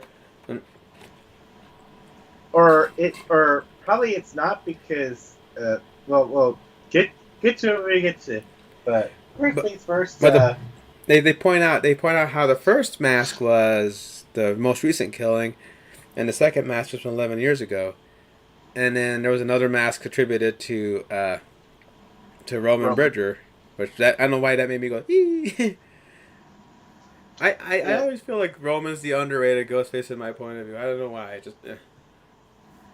But they're pointing out how this sounds like a countdown. Whoever's doing this is counting down to something, and that leads to the original 2 billion stew. so, so uh, I guess I should be the one to spoil this. Somehow, Stu Macher survived. Nah, not really. But would you imagine if that actually did happen? oh yeah, That would have been. would be like cloning technology, secrets that only the horror fans knew. Oh my Alchemy, god. yeah. But oh yeah, so they have to watch their six now. The fact that they also mentioned that Sam had an altercation with her therapist earlier, and that therapist was watching the Oh classic yeah, then he got Body Snatchers movie. you're next on the nose, Louie. Oh no, that, Literally I on the didn't mean like nose. that. Oh god. Oh yeah, and to point out, this Ghostface was brutal enough that he smashed through the window and then took the knife to the nose, and then he kept on stabbing the poor fellow for. And because they keep saying that Sam is Prime Slitter's number one, and they keep saying that people that die would have maybe some reason to have beef with Sam, so they're trying to implicate that maybe she really is the one behind this. But we know it's not the case because she was attacked and we saw other things. So it's like whoever's doing this really wants to stick it to Sam to make her not just kill her. They want to destroy her image. Like they say, you don't just kill somebody; you destroy their legacy, you destroy their image. So the Meeks people decide to run up their suspect list because we have other people in their new friend group, including Ethan Landry, who was a roommate for Chad, played by Jack Champion, who you might have not recognized without all the blue stripes and the gas mask. He was a spider in Avatar: Way of Water. My God, did he get white? I'm kidding, but it's just like he was kind of tanned in Way of Water because I'm sure living in Navi's Pandora sun will do that to you. But here he is, white as snow and looking like the typical introvert, shy guy. And they're talking about how maybe that could probably be a potential suspect because he just somehow got into the roommate lottery, as they say. Actually, speaking of familiar faces, isn't that one of the actors from She-Hulk Attorney at Law that's snogging with Sam? Oh yeah, Danny. I really liked him, man. That was played by Josh Sagara. He was the neighbor, and I like how when Sam comes to see Quinn, Quinn points out how he's hunky. She probably ask him out. She says, "No, after what happened with the last boyfriend, I'm not really making much internet contact." But in secret, no, she's actually heavily making out with him. And oh my God, I really liked him. And if anything, he's a lot like the Derek character from Scream 2, where upstanding, great, all American guy, maybe a suspect, but you wouldn't really put him on the list. But maybe that's why he would be a suspect. But at the same time, he's just so. Because let's face it, Richie kind of had some flags to make you say maybe this guy might not be boyfriend material. But I think Danny was a lot more like maybe Kincaid or Derek. I think if I had to compare him to anybody in the past franchise, Oh yeah, oh yeah. because he could be a suspect, but he's just done to a point where you can't really At, say. at, at the very least, he was the one to insist the notion of like if you can't trust people, then just don't trust people. Don't Not trust even me. anyone, not even me. Which I And thought, like good, I thought good on him to actually admit like that's the thing. Like as much as I a little bit of bias since yeah that Derek's gonna run, but you gotta admit that like Derek should have had like at least a little bit of a clue to understand that Sydney's probably having like a little bit of a post traumatic event of having to deal with this again. uh-huh. So, Like only added with the culpable thing of like, oh yeah, movie about my life is out to the public, and the entire world knows about my story and will never like stop me in the streets, asking me like, how did I do it? How did I survive? How did I like manage to rise up and beat the thing? That literally was like one of like the worst fucking nights of my life I've ever had to experience. and Danny understands that with Sam, so I really liked him, man. And then we also find out there's another roommate with Quinn who is very, very active, so to speak. When you come in, you hear them humping through the walls. And like I said, daughter of the police chief. And then they even point out, all the new people point out, well, and even Mindy's new girlfriend, shoot, it's right here. I got it right here, dang it. Annika, she was, even she suspects her. Like, the love interest, like they say, you never trust. I love it when Mindy starts breaking down the rules, saying how maybe we're not in a horror, just another horror sequel. Maybe we're in what's called a franchise, which I was just looking around the area going like, okay, I know Scream gets meta, but never to this level. oh man, I loved all the movies she was listening out for. This kind of stuff would happen, but then here's the rules for them. You got to go bigger than the last one, which well, that's true. I mean, look at. I'm sorry to say this, but look at Marvel and how escalation goes in that one, man. To the But point where people complain that Phase is inferior to the last one because it doesn't end with a big crossover, yeah, cosmic, like phenomenal cosmic level danger. no, Ari, wait till Secret Wars. But I love how she was talking about how legacy. No, everyone's fodder. Legacy characters, current characters. And I And keep. I'm just gonna say this that literally that following night, they pretty much cleave off like a good chunk of like the new characters. Oh yeah, but then okay, now I think we can get to this now. This is probably definitely one thing some people have taken away from it, and I can see where they're coming from. I myself am okay with it because I'm a sentimental bastard, but the fact that we're still a little too gun shy of actually going there with characters because the Meeks twins got even more closer calls in this one than the last one to the point where you're like, Could they actually buy it this time around? I mean, the trailer definitely implied that with Mindy very hard with the train scene,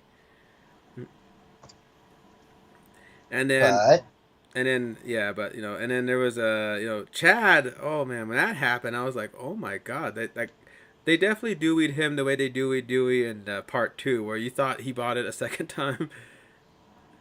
Because remember, he actually did die from his stabbing in Scream One, but Wes and everyone was so in love with Arquette that they had the ambulance say, "Wait, we got another survivor here," and there's Dewey being wheeled away. So anyway, but let's see. There was the Ghostface killing attack right there, and so I I feel like I should mention this. I feel like they played it smart by killing off like a huge chunk of like the new characters, uh, pretty fast. Like, because I feel like at this point we've already seen these types of cat and mouse games. We've already seen like the way that Ghostface like will like choose a victim, call them up, and then like step by step will just like uh lure them in or like haunt around them as they're walking around. Like we kind of got that from the last movie, but let's be honest. It's like the 20. It's the silver anniversary movie. Of course they gotta do it. so then in so then But but then but my point being is that they do this so that they can actually invoke a new kind of terror, a terror that very few horror movies can tap into, but it's a very effective way to do it. It's the worry of how will the returning characters survive.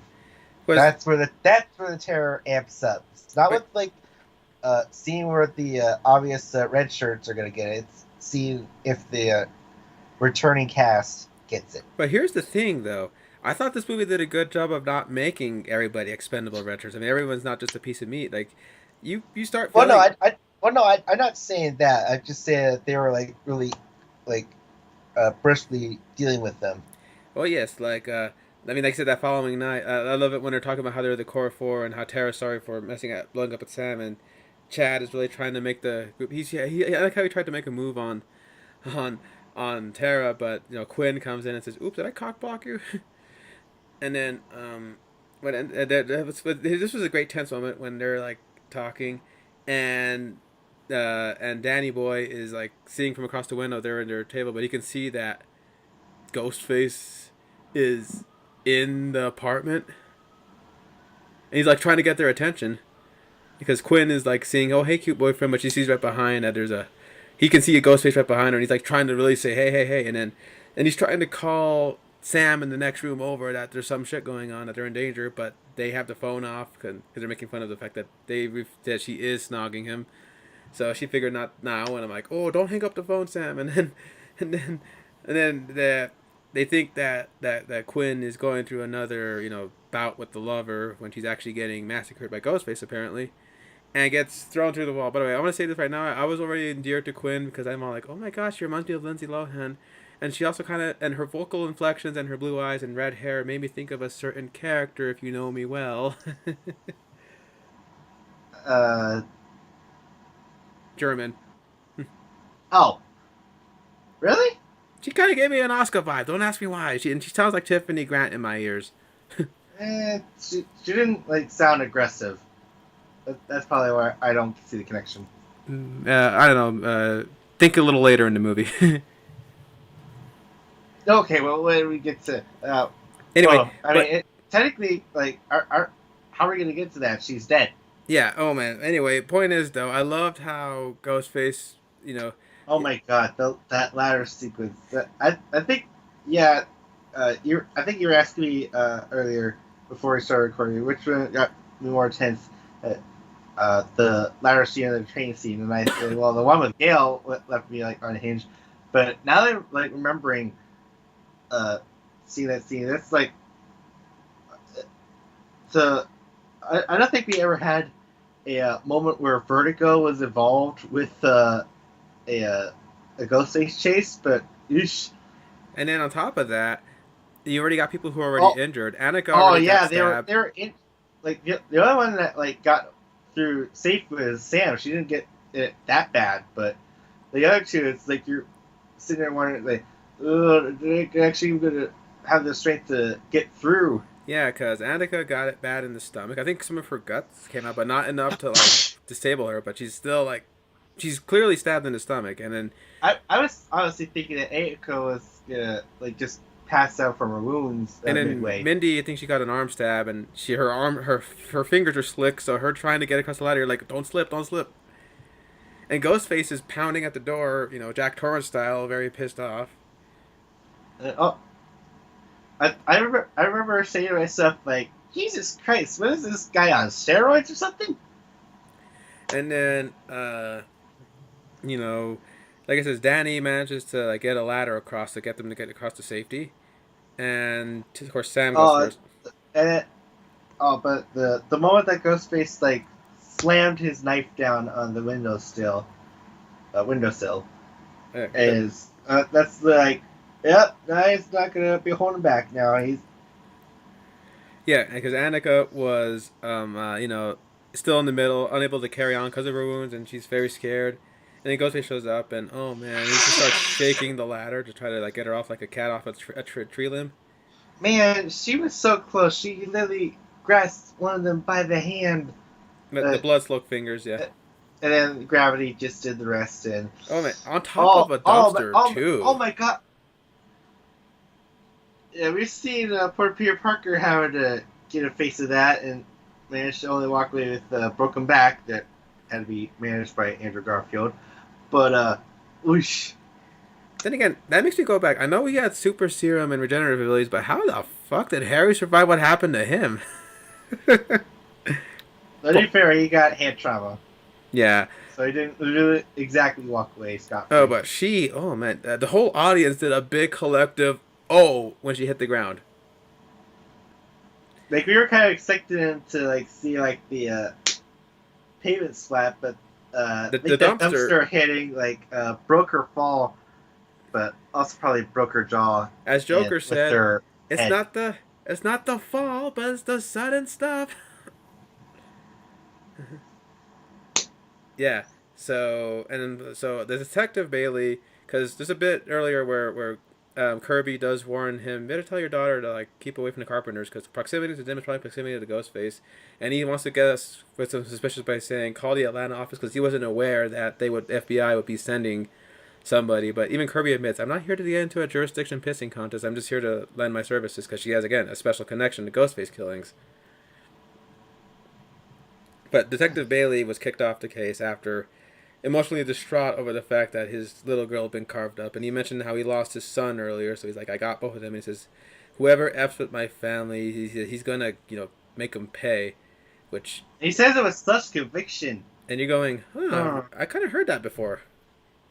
But I didn't connect it then until after the reveal, but I'm going, huh.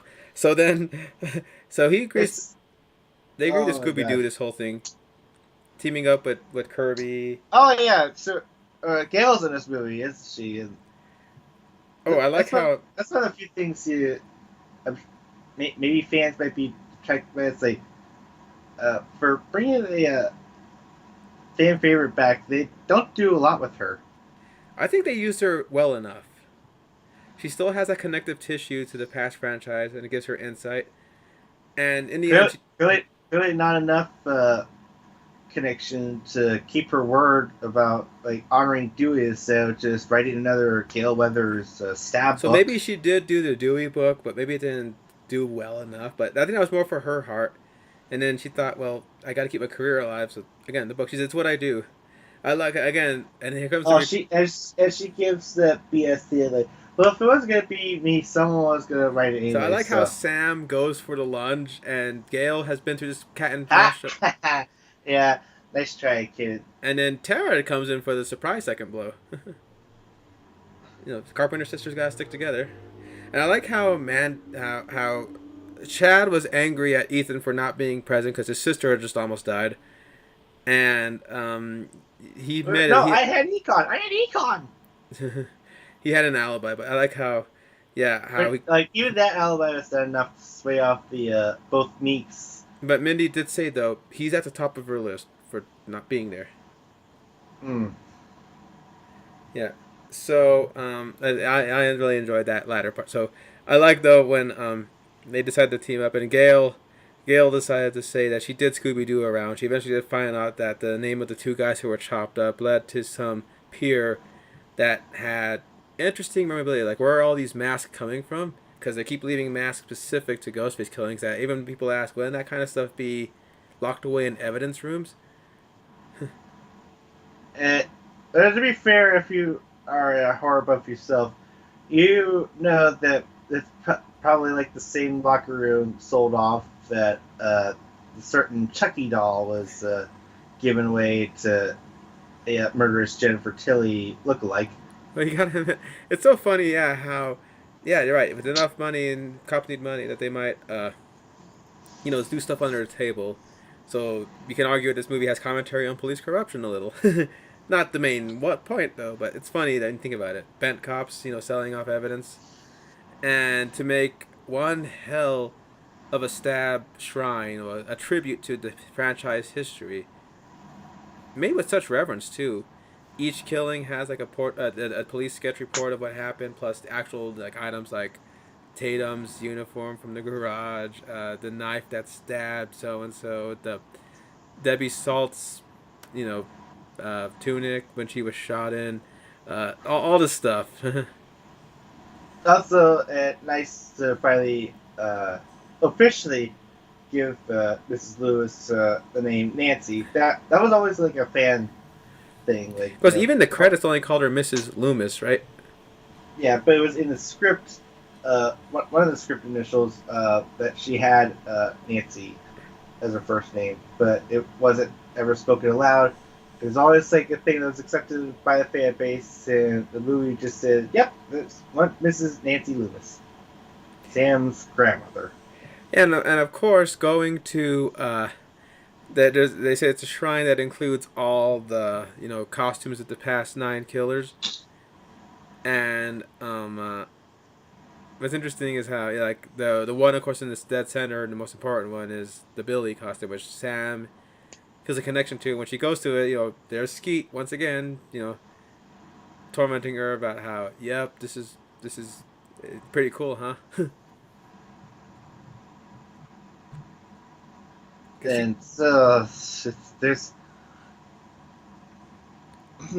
Because she did mention that she stopped seeing someone she shouldn't be seeing for a while through a therapist, but I'm guessing with the killings, it probably re-triggered some of her, her trauma, and that made the Billy visions come back, I think. yeah. So they have a plan. They want to go ahead and try to lure out Ghostface. And this is part because Gail was the one who was able to find the place, and they say, and they Kirby insists, well, we're gonna do this without press, unfortunately. So Gail kind of has to just say, oh, sorry, go home. You can take your ball. You can't play with us. And they try So to they're do a doing stakeout. it in broad daylight at a park with a van involved.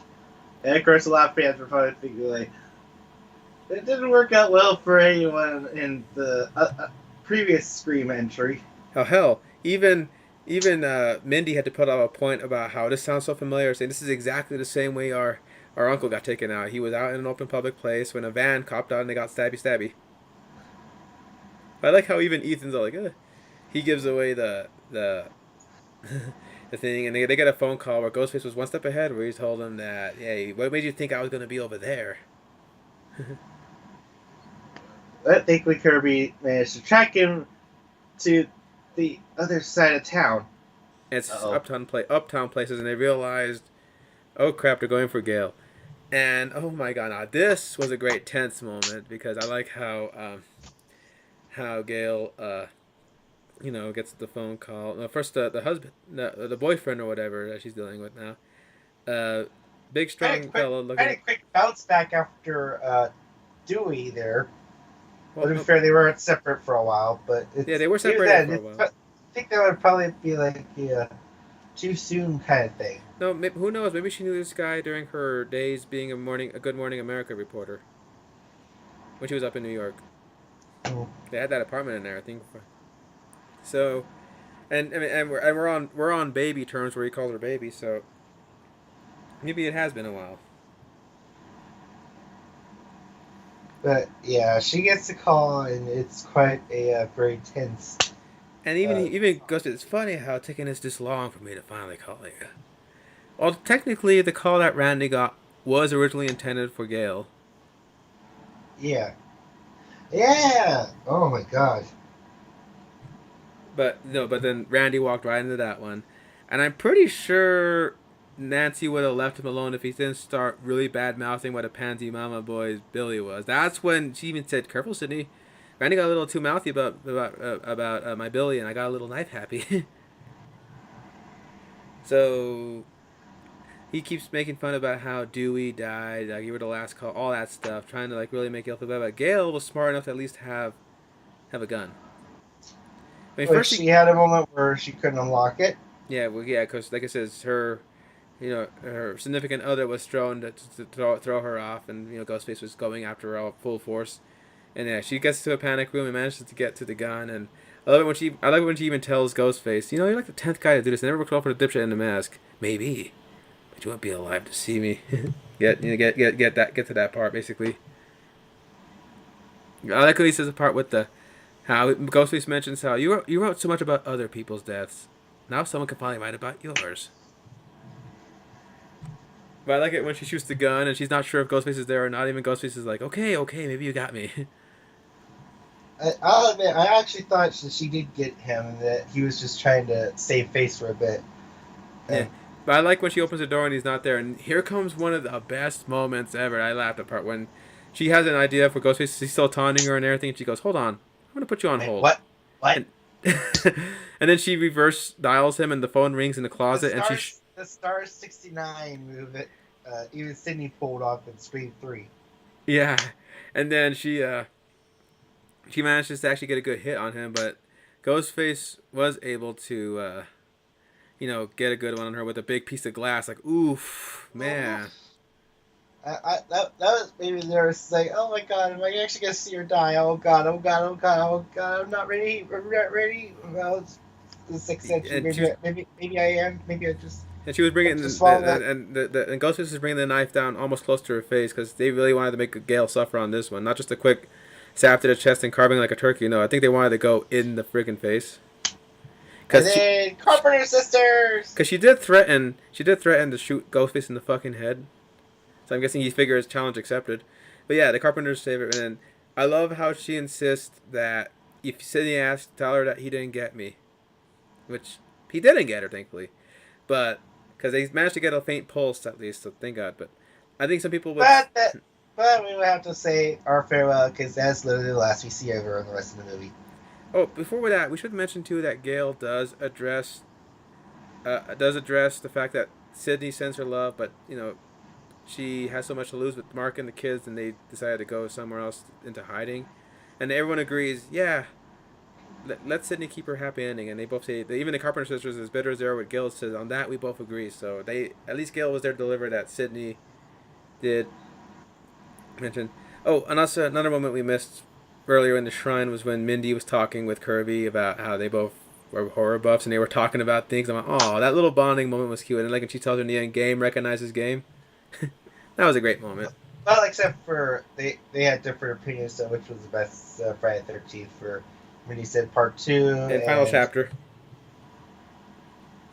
Well, let's be fair. Final chapter is one of the good ones. Yes, but then she admitted she did have a crush on Corey Feldman. Yeah. But yeah, so okay, so the Gale thing was a very big close call. Yeah. No fucking kidding. So I remember I had to breathe a little bit, but obviously a little bit quiet, so I didn't have to disrupt the theater. so they do say they're gonna go to make sure that this stops. They're gonna go and trap him, turn the theater into a kill box, trap him there, execute him, and Danny. Everyone agrees to go there, but that's the point where Danny tells Sam, oh hey, if you can't even trust me, just go ahead, don't even if you can't trust no one, don't even trust me, just survive, man. But Don't trust your friends. Don't trust family. yeah, so but I definitely got a genuine moment from Danny right there. So I like how they're going to, but the way to get to to get to the place is, well, through the subway. And it's Halloween and Oh, everyone's wearing costumes. oh yeah, it's oh that. I really think they should have really went heavier on the whole like it's Halloween thing. It's like I mean they do mention that whenever they bring up like how there's so many people dressed up as Ghostface, which you have to stop and think like are these people being stupid? Even in the reports, they mentioned that ghost ever since the murders became public again, that ghost face mask sales skyrocketed. You would think that the company would say maybe we shouldn't make these masks be in poor taste given their proximity to so many things, but hell, a lot of people seem to. But I guess in the world of screen that kind of thing gets a bank. Well, yeah, I mean, look at the masks are profitable. Look how many Ghostface alone were in that train.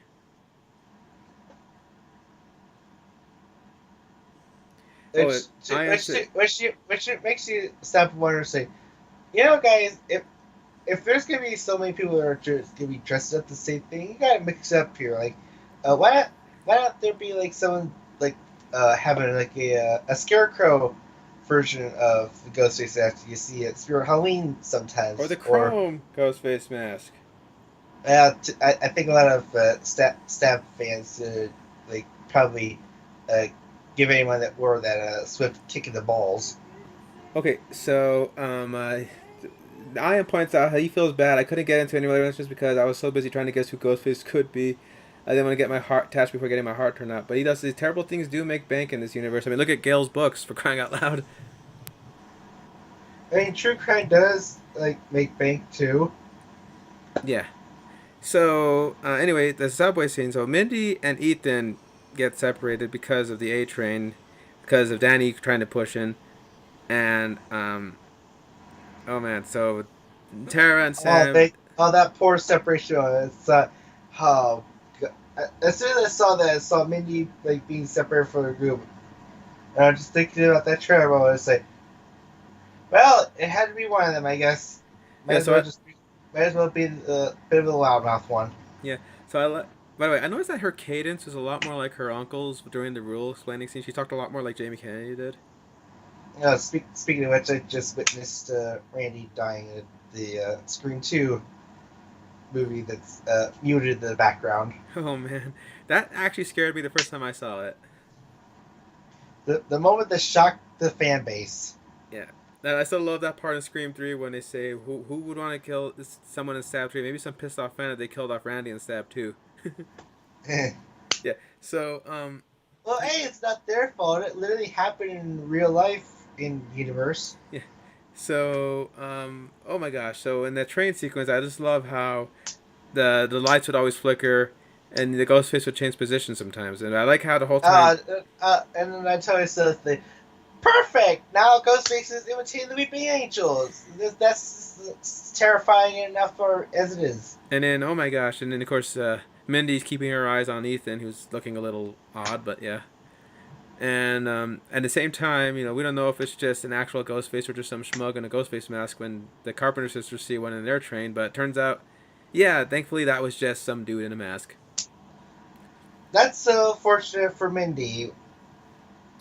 But, so then the other ghost face, like I said, the one that attacked her had a more. Did that one have a more cracked mask? Nope, they were. If they had a cracked mask, it would have been like sniffed out immediately. Oh yeah, this was a new mask too. But yeah, this one came in and stuck her in the gut. And I But the, thought, well, that's it. And then like, you see more and more for admin getting carved. It's like, okay, we get it. She's dead. You don't have to like rub it in our faces anymore. then Ethan pops like, oh, he realizes, oh crap, she's down, and then she realizes, fuck, I was wrong again. Really, that's the thing you're worried about instead of just like bleeding like a stuck pig. But I like how she's all like, fuck this franchise.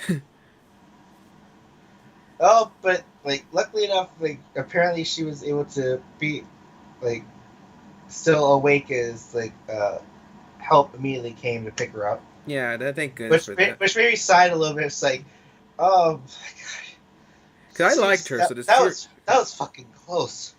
yeah. And then So I had a cold feeling like it has to be one of the Meeks.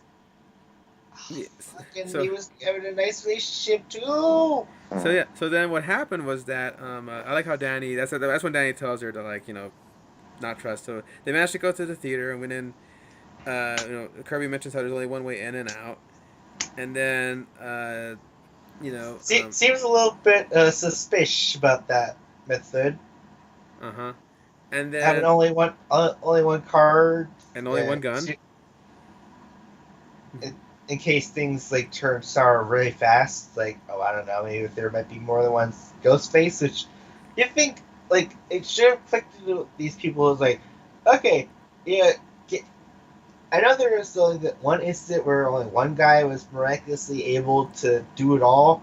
Like, guy has some ambition, I guess. Maybe I think that's why they highlighted Roman to give you the idea that maybe this Ghostface is also a solo act. But even when I asked you a few days ago, do you think this Ghostface is a solo act? You're all like, And then it's I'm like, got to be. fuck no, it's New York City. The place is so big that the it, it was so contrived in Home Alone 2 that the kid honestly kept running into the same burglars over and over again. It like such coincidence. Like at minimum, there's got to be at least three. Yeah. So then what happened was that there's a nice another bonding moment between Tara and Chad, but then Tara gets an emergency phone call from Detective Bailey saying how he got a call from the Atlanta field office that Kirby has been let go of because she's been a little unstable since her recovery from the stab stuff. And I'm going, I don't know if that adds up, but she does play things a little odd and darkly. I'm guessing a brush with death will do that for you, but I didn't see enough of an angle there. But I was like, oh shit! And then at that point, Sam runs to the Tara and Chad saying how it's probably Kirby, and this Ghostface is attacking ravishly, but also whenever this Ghostface fell or tripped, there was a little bit of a feminine tone, so that might lead water to the maybe it was Kirby or not moment. I like how Chad hits the Ghostface with a fire extinguisher, I think, or something heavy, really heavy. Yeah, but then he get and then right, who should appear but another fucking Ghostface. And that Ghostface grabs Chad, and they both stick him like a damn pincushion. Oh my god, poor bastard got like stuck and gutted so many times. Even any typical horror fan would be like, okay, yeah, he's dead, dead, dead, dead, dead. Yeah, I saw it like, oh, and I actually went no when I saw him go down because I really did like Chad. He was very very likable, man. But yeah, so you get a chase, and then we get a moment where Bailey arrives and has gun pointed, but then there's Kirby who has a gun And a out. head wound too. And she says that one of the Ghostface must have jumped her or something. But Sam doesn't know who to choose. And of course, Bailey And decides. then like Ghostface starts charging up behind Bailey, but Bailey still shoots Kirby, Uh huh. and he doesn't wince or turn behind him because Ghostface doesn't attack him. And yeah, both of them show up. By the way, me and my sister admit it was, even though we were kind of shocked at seeing Chad get stabbed, it was pretty cool to see two Ghostface wipe their blades off in sync at the same time, man. I don't know why that And just then, oh man, I felt so vindicated. It's like, I fucking knew it! Three Ghostfaces! yeah, because even Werewolf River points out this is the first time we've ever seen multiple Ghostface in costume on screen together, isn't it? Yep. That are the actual killers, because let's see, because Billy and Stu both revealed themselves to Sydney out of costume.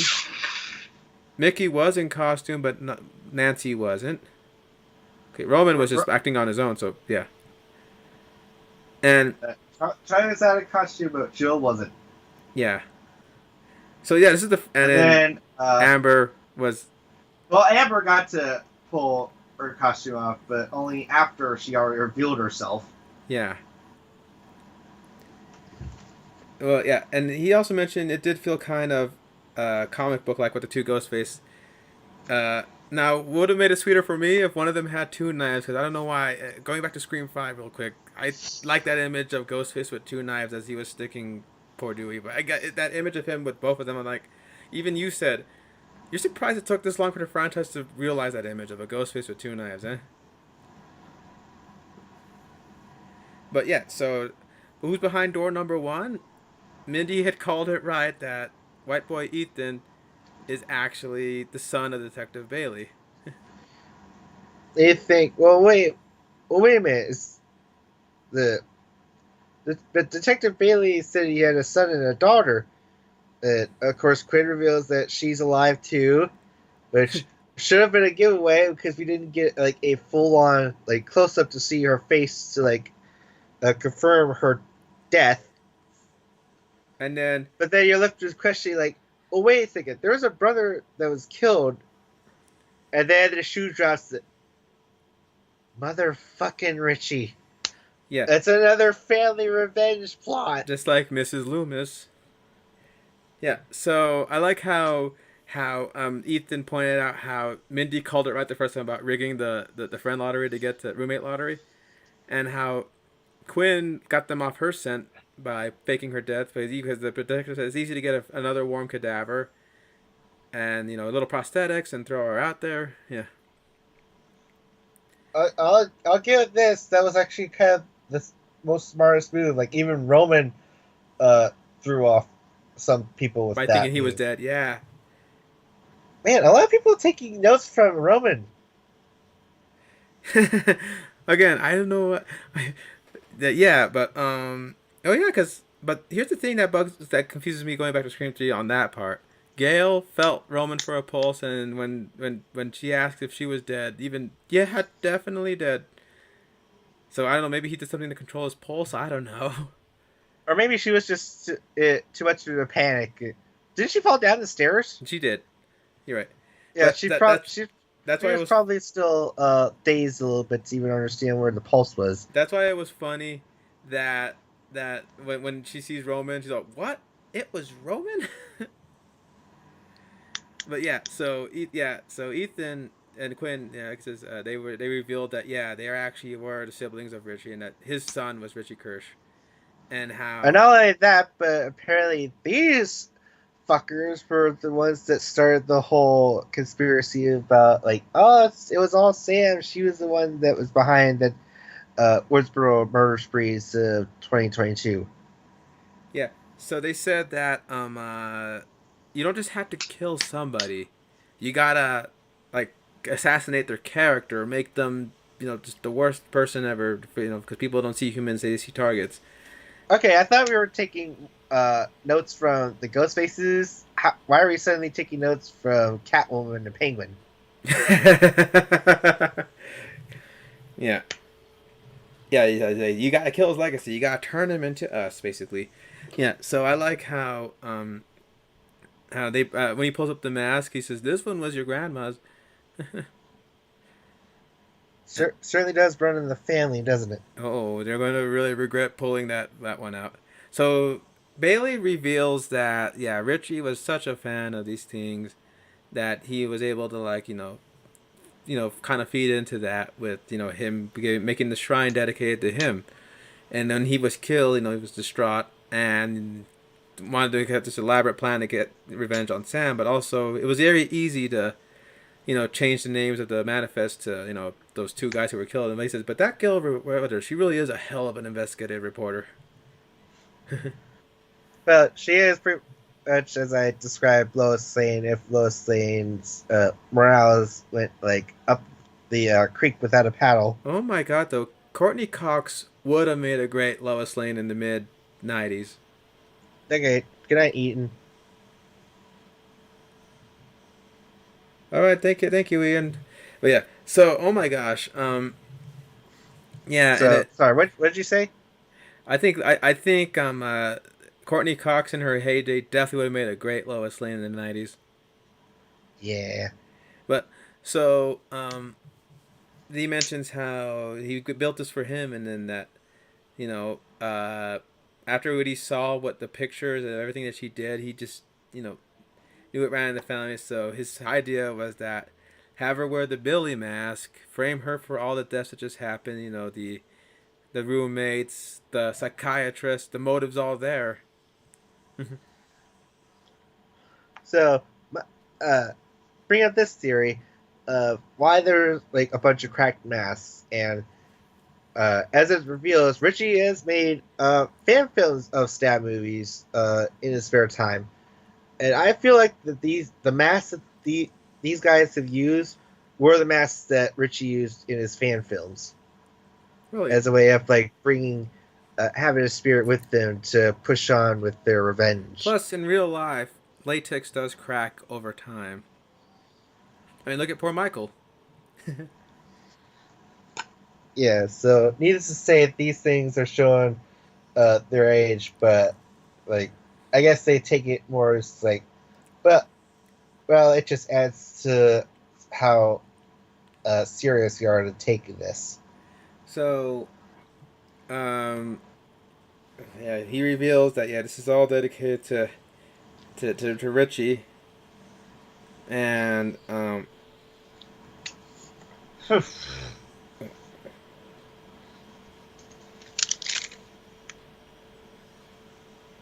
But yeah, needless to say, one thing leads to another.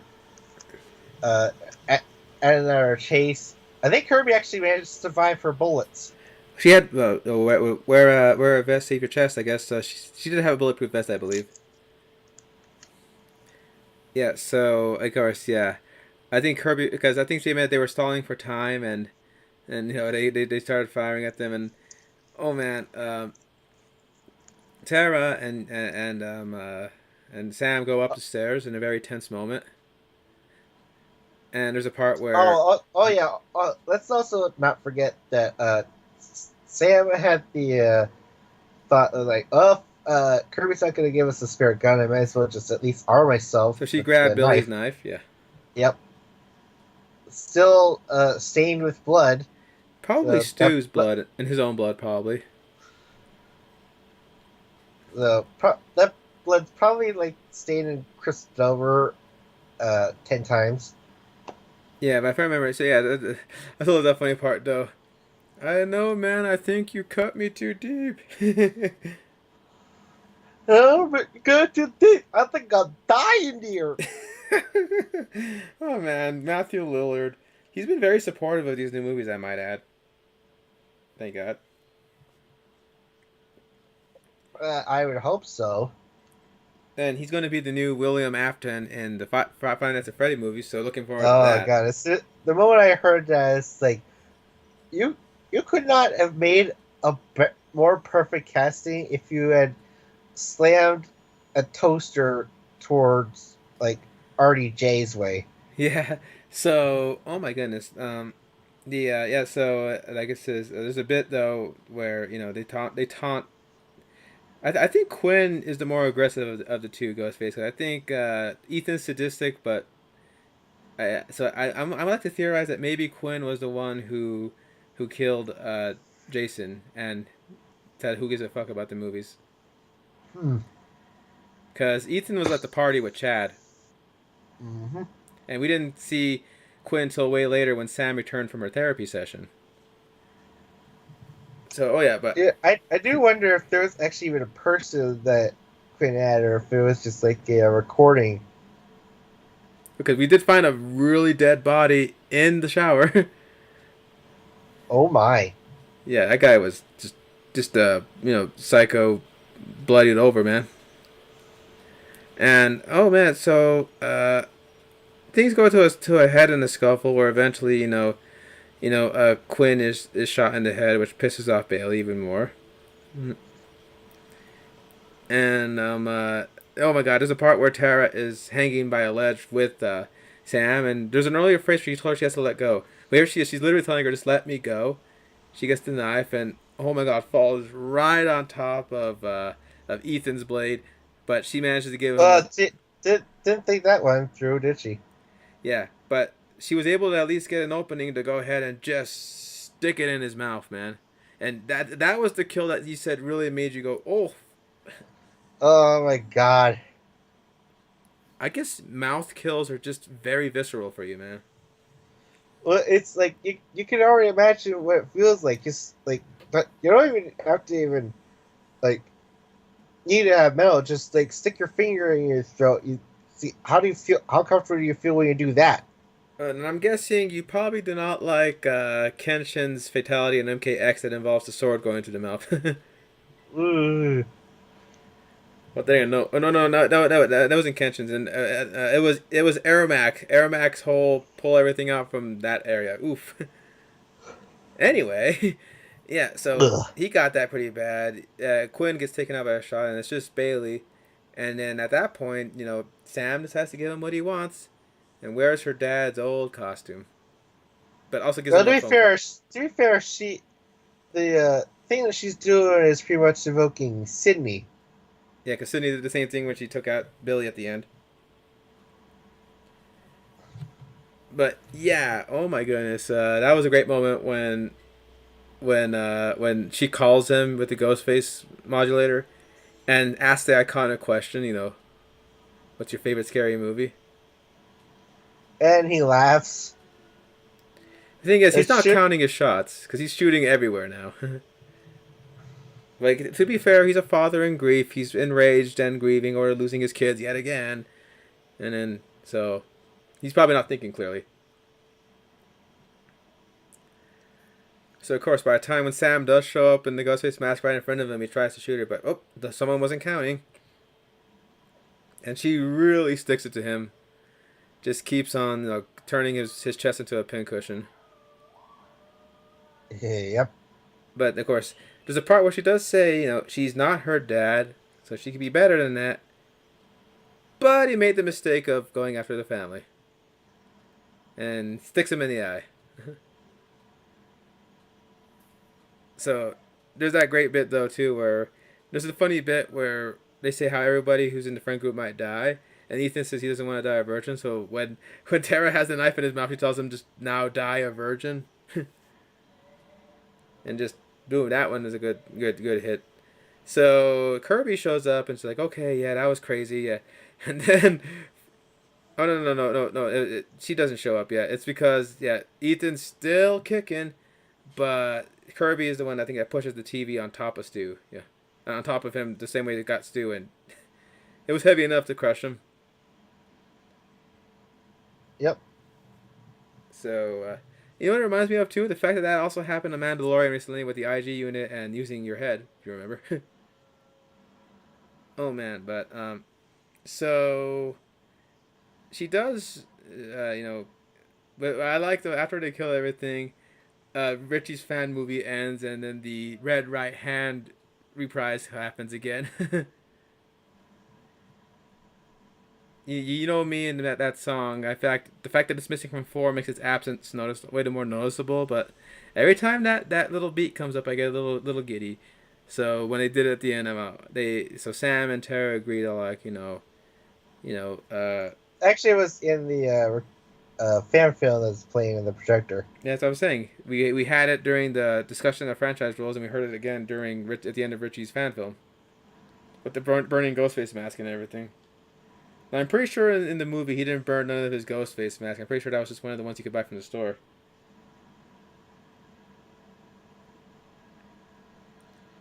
So, near the end, we get the moment where we get Mindy coming in, asking like, what happened? Oh man, I missed the monologue. And then they said, "Yep, it was Ethan." But and then Quinn's like, "Quinn, what?" And they mentioned Quinn too. And also, Sam agrees with Tara to say, "Yeah, we'll give you some space, but she'll also go to therapy for this because she's probably gonna need it after killing someone again." So, yeah, and then we find out that Oh, Chad. oh, okay. I had the biggest reaction to my theater when they had that. Oh, we got one more here. Even I went like, what? But I can hear her say, "Are you fucking kidding me?" Someone said that in the theater. Uh, uh, paraphrasing it, but yeah. Yeah. Then you saw Chad coming up, but I thought, well, the same thing happened to Dewey because there's a part where we thought Dewey really bought it when Ghostface stabbed him against the window. Well, I guess it's starting to make sense of what happened to Dewey's luck. It just rubbed off on the Meek twins. Uh huh. Because even in the last Scream, Chad survived his stabbing. in the leg and in the stomach, and Mindy only got a shoulder stab. So yeah, but thankfully, yeah, the core four is still making it. But I like how they still hint that there might be something with Sam when she still has Billy's ghost face mask with her. But in the end, she just has to drop it off. Not needing it.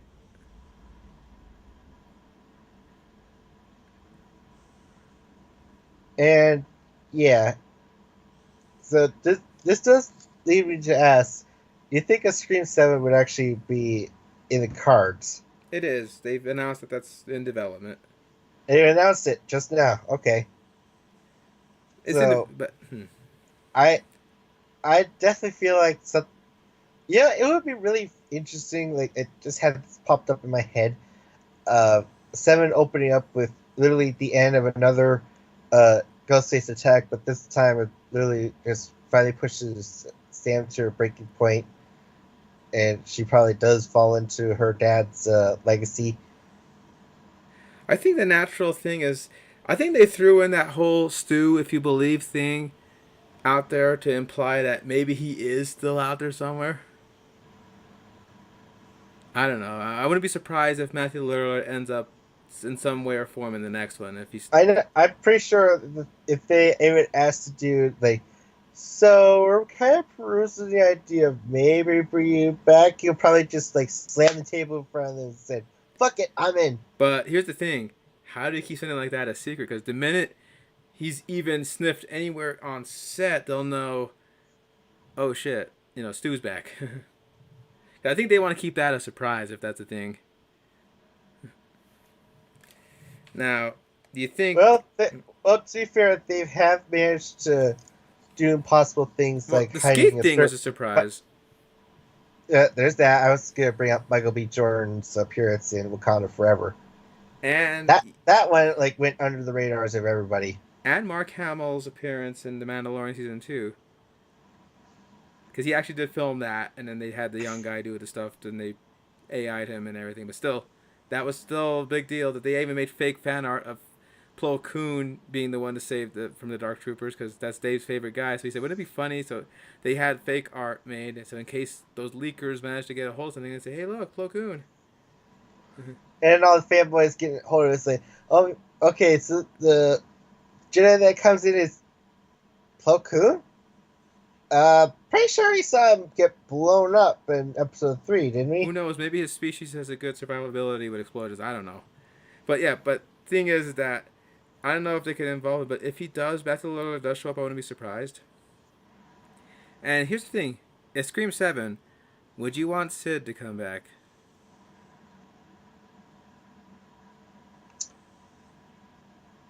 I'm not sure. Like literally, this movie was able to do so much good without even needing Nev Campbell involved. It's like probably that's even the same thing that even the studios will question is like, would we actually feel? Would we actually lose anything if we didn't bring Sydney back again? Well, this movie shows that you could do it without her. So, um, hopefully, if they do more, they do more with Kirby. I think as a FBI agent that tracks down this type of stuff. Yeah, I think after Gail's like near death to this, I think she's definitely gonna like swear off doing any more of these things. Yeah. Because like to be fair, like that's gotta be like the most worst that she's ever been through. Like the worst prior to that was part 4, where Getting she stabbed in the she shoulder. Yeah. getting stabbed in the shoulder and like left to die in a barn. Mm-hmm.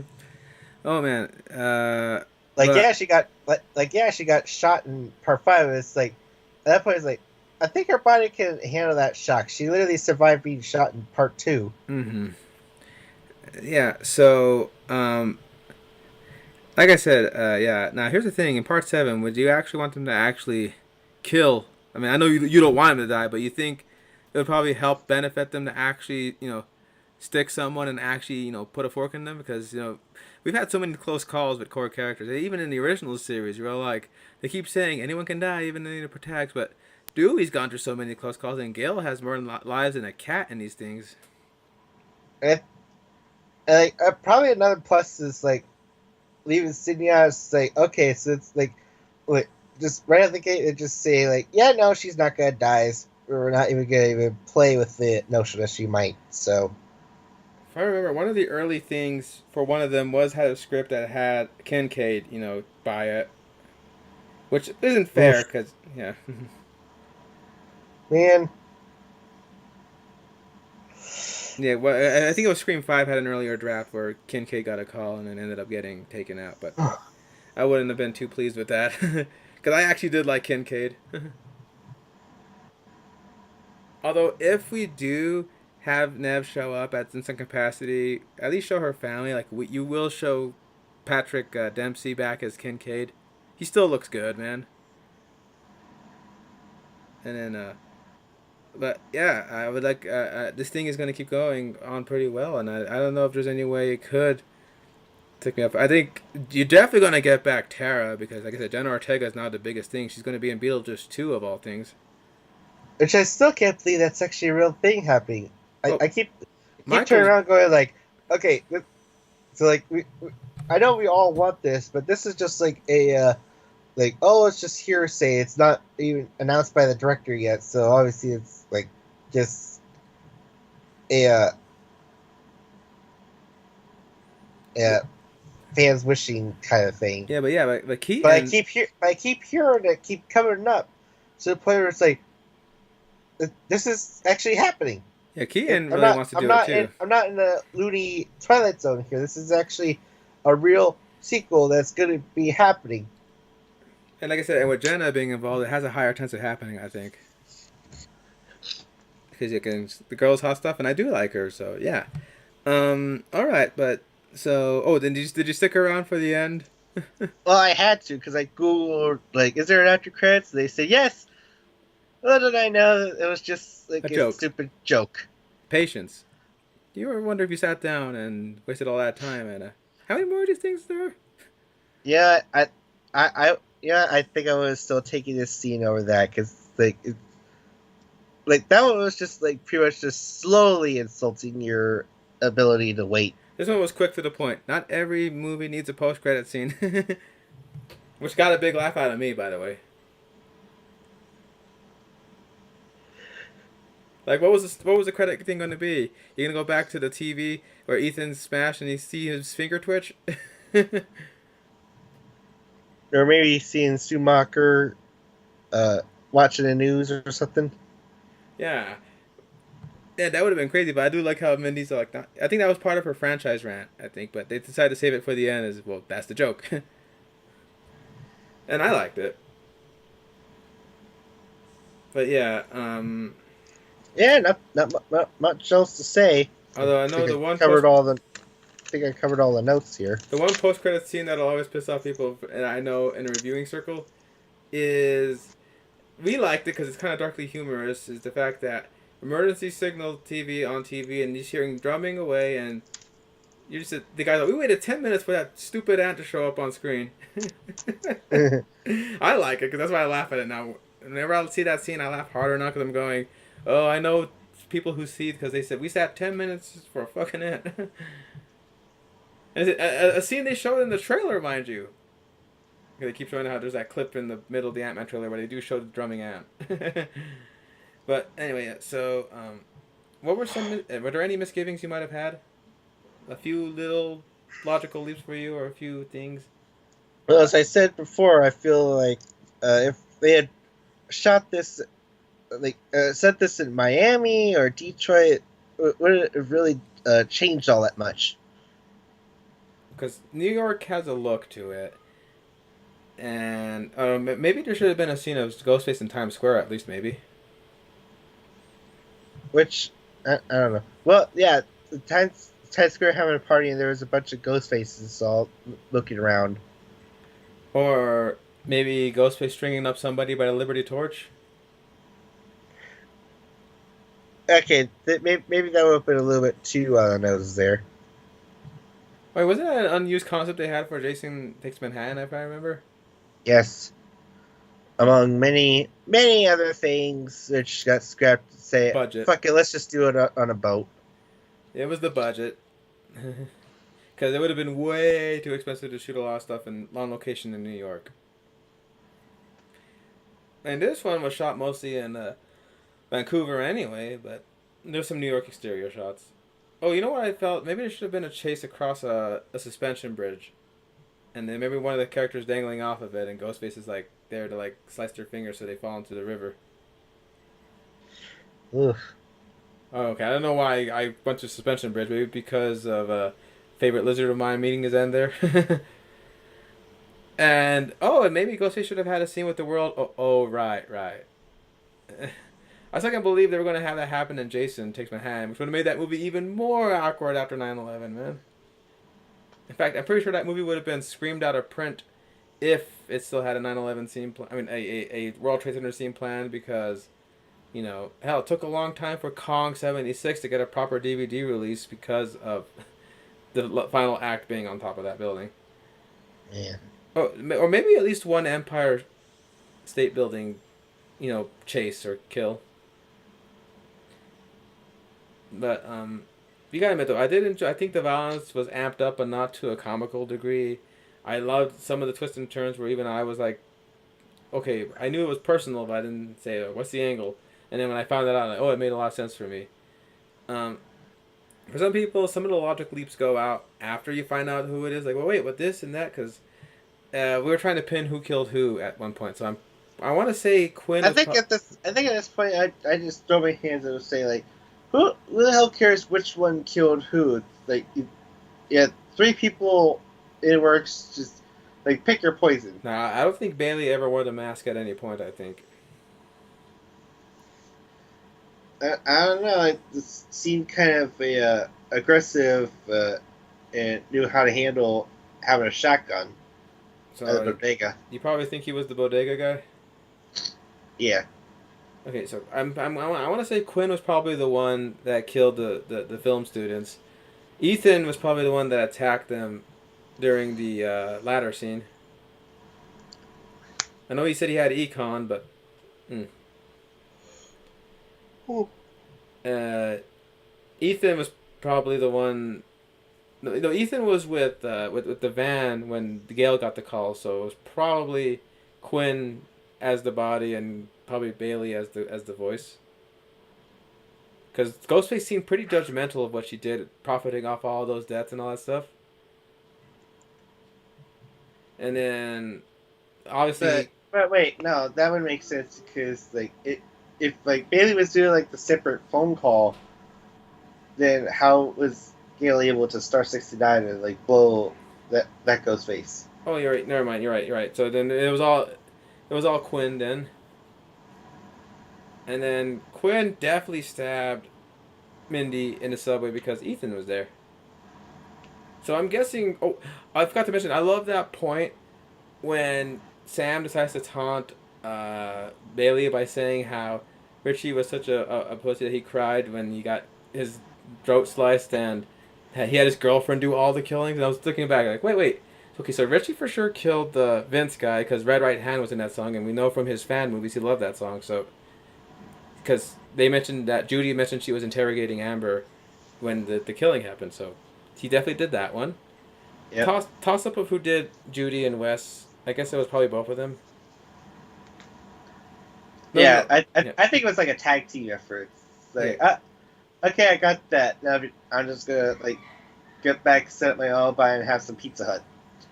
Yeah, and then Amber did Dewey for sure because she took credit for that, and plus we saw Richie being sliced on the arm. So yeah, I liked how Detective Bailey took offense to him saying he was weak, man, and saying that no, he was a strong, virile young man. But I like how by attacking his masculinity that triggered Detective Bailey. So, and like I told you before you saw the movie, I didn't want to spoil anything, but I said keep that in mind about who did more work between Amber and Richie, and that came up as a plot point. But I think in this one, I think it was probably yeah, I think Ethan did some of the big body stuff. So I want to say that was him at the at the apartment in the ladder scene, and he was definitely one. I like how he said he felt so good to stab Chad, so he was definitely one of those. So That was fun. So I thought this was a good trip to memory lane with some of the stuff, but it didn't let the nostalgia Easter eggs get too crazy. But I like how even Kirby says it's like the killers leaving real life Easter eggs. And like we said, they took a lot of cues from Roman, which we didn't realize till we were pointing them out. Anyway, so I guess that's probably as much as we can get on this one. I think we've had a lot of fun discussing it. And we were looking forward to a 7 when eventually that gets announced. Hopefully, deals are stuck. But I would definitely be. I'm okay with the Carpenter sisters being the face of the franchise and getting the torch passed on from Sydney. So I, bring it. I actually, if I should make one more note, I feel like Radio Silence is pretty much redoing the Scream trilogy. Okay, hear me out here. Okay. So we have the Woodsboro incident for Scream 5. Yes. Then we have the whole college incident where like you get like a family revenge, but there's also the fact that one of our main leads is suffering Trauma. from trauma, just like Sydney did.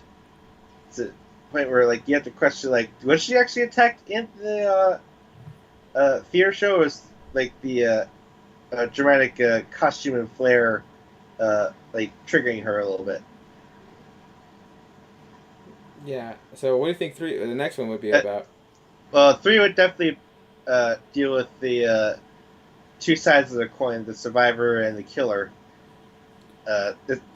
If they were actually really finally going to go with it, we'd probably get like a much more better ending where you remember how like they try to do that whole like the brother and sister reunited even though the brother dies, but so like any average fan who's watching this is going like they literally just revealed he was a brother in such a quick time that can't even process like they're trying to pass it off as like a serious like emotional thing, but I feel nothing.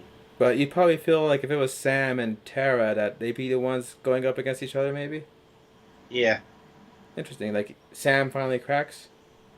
Or what if Tara, being put through all this, ends up being impressionable and Sam has to be the one to... That'd be interesting. But anyway, we could like theorize till the cows come home, but until the trailer drops to even give us an idea of what the theme is, we're just left wondering like what'll it be. My question is where will it take place? Because you're already done Hollywood. You think maybe we might go international? Maybe.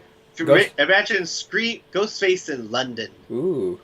An American serial killer in London. Just like the classic, the next Jack the Ripper.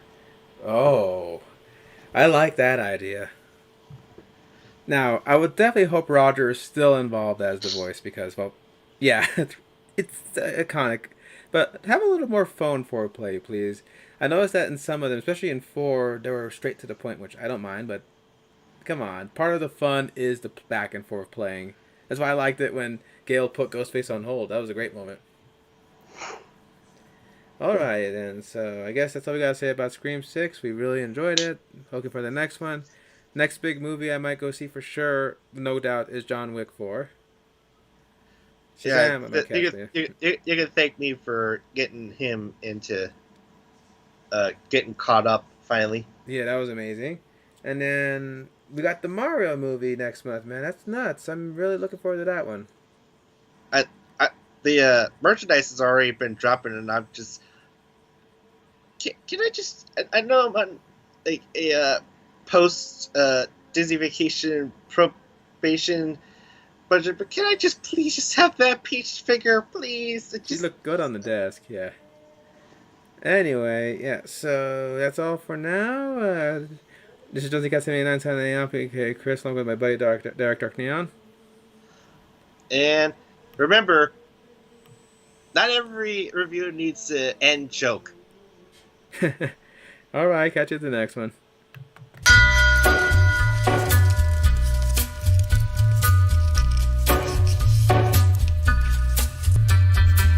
You'll see him in your nightmares, you'll see him in your dreams. He'll appear out of nowhere, but he ain't. nobody sees. You'll see him in your head on the TV screen. Hey buddy, I'm warning you to turn it off. He's a ghost, he's a god, he's a man, he's a guru. You're one microscopic cog in his catastrophic plan, designed and directed by his red right.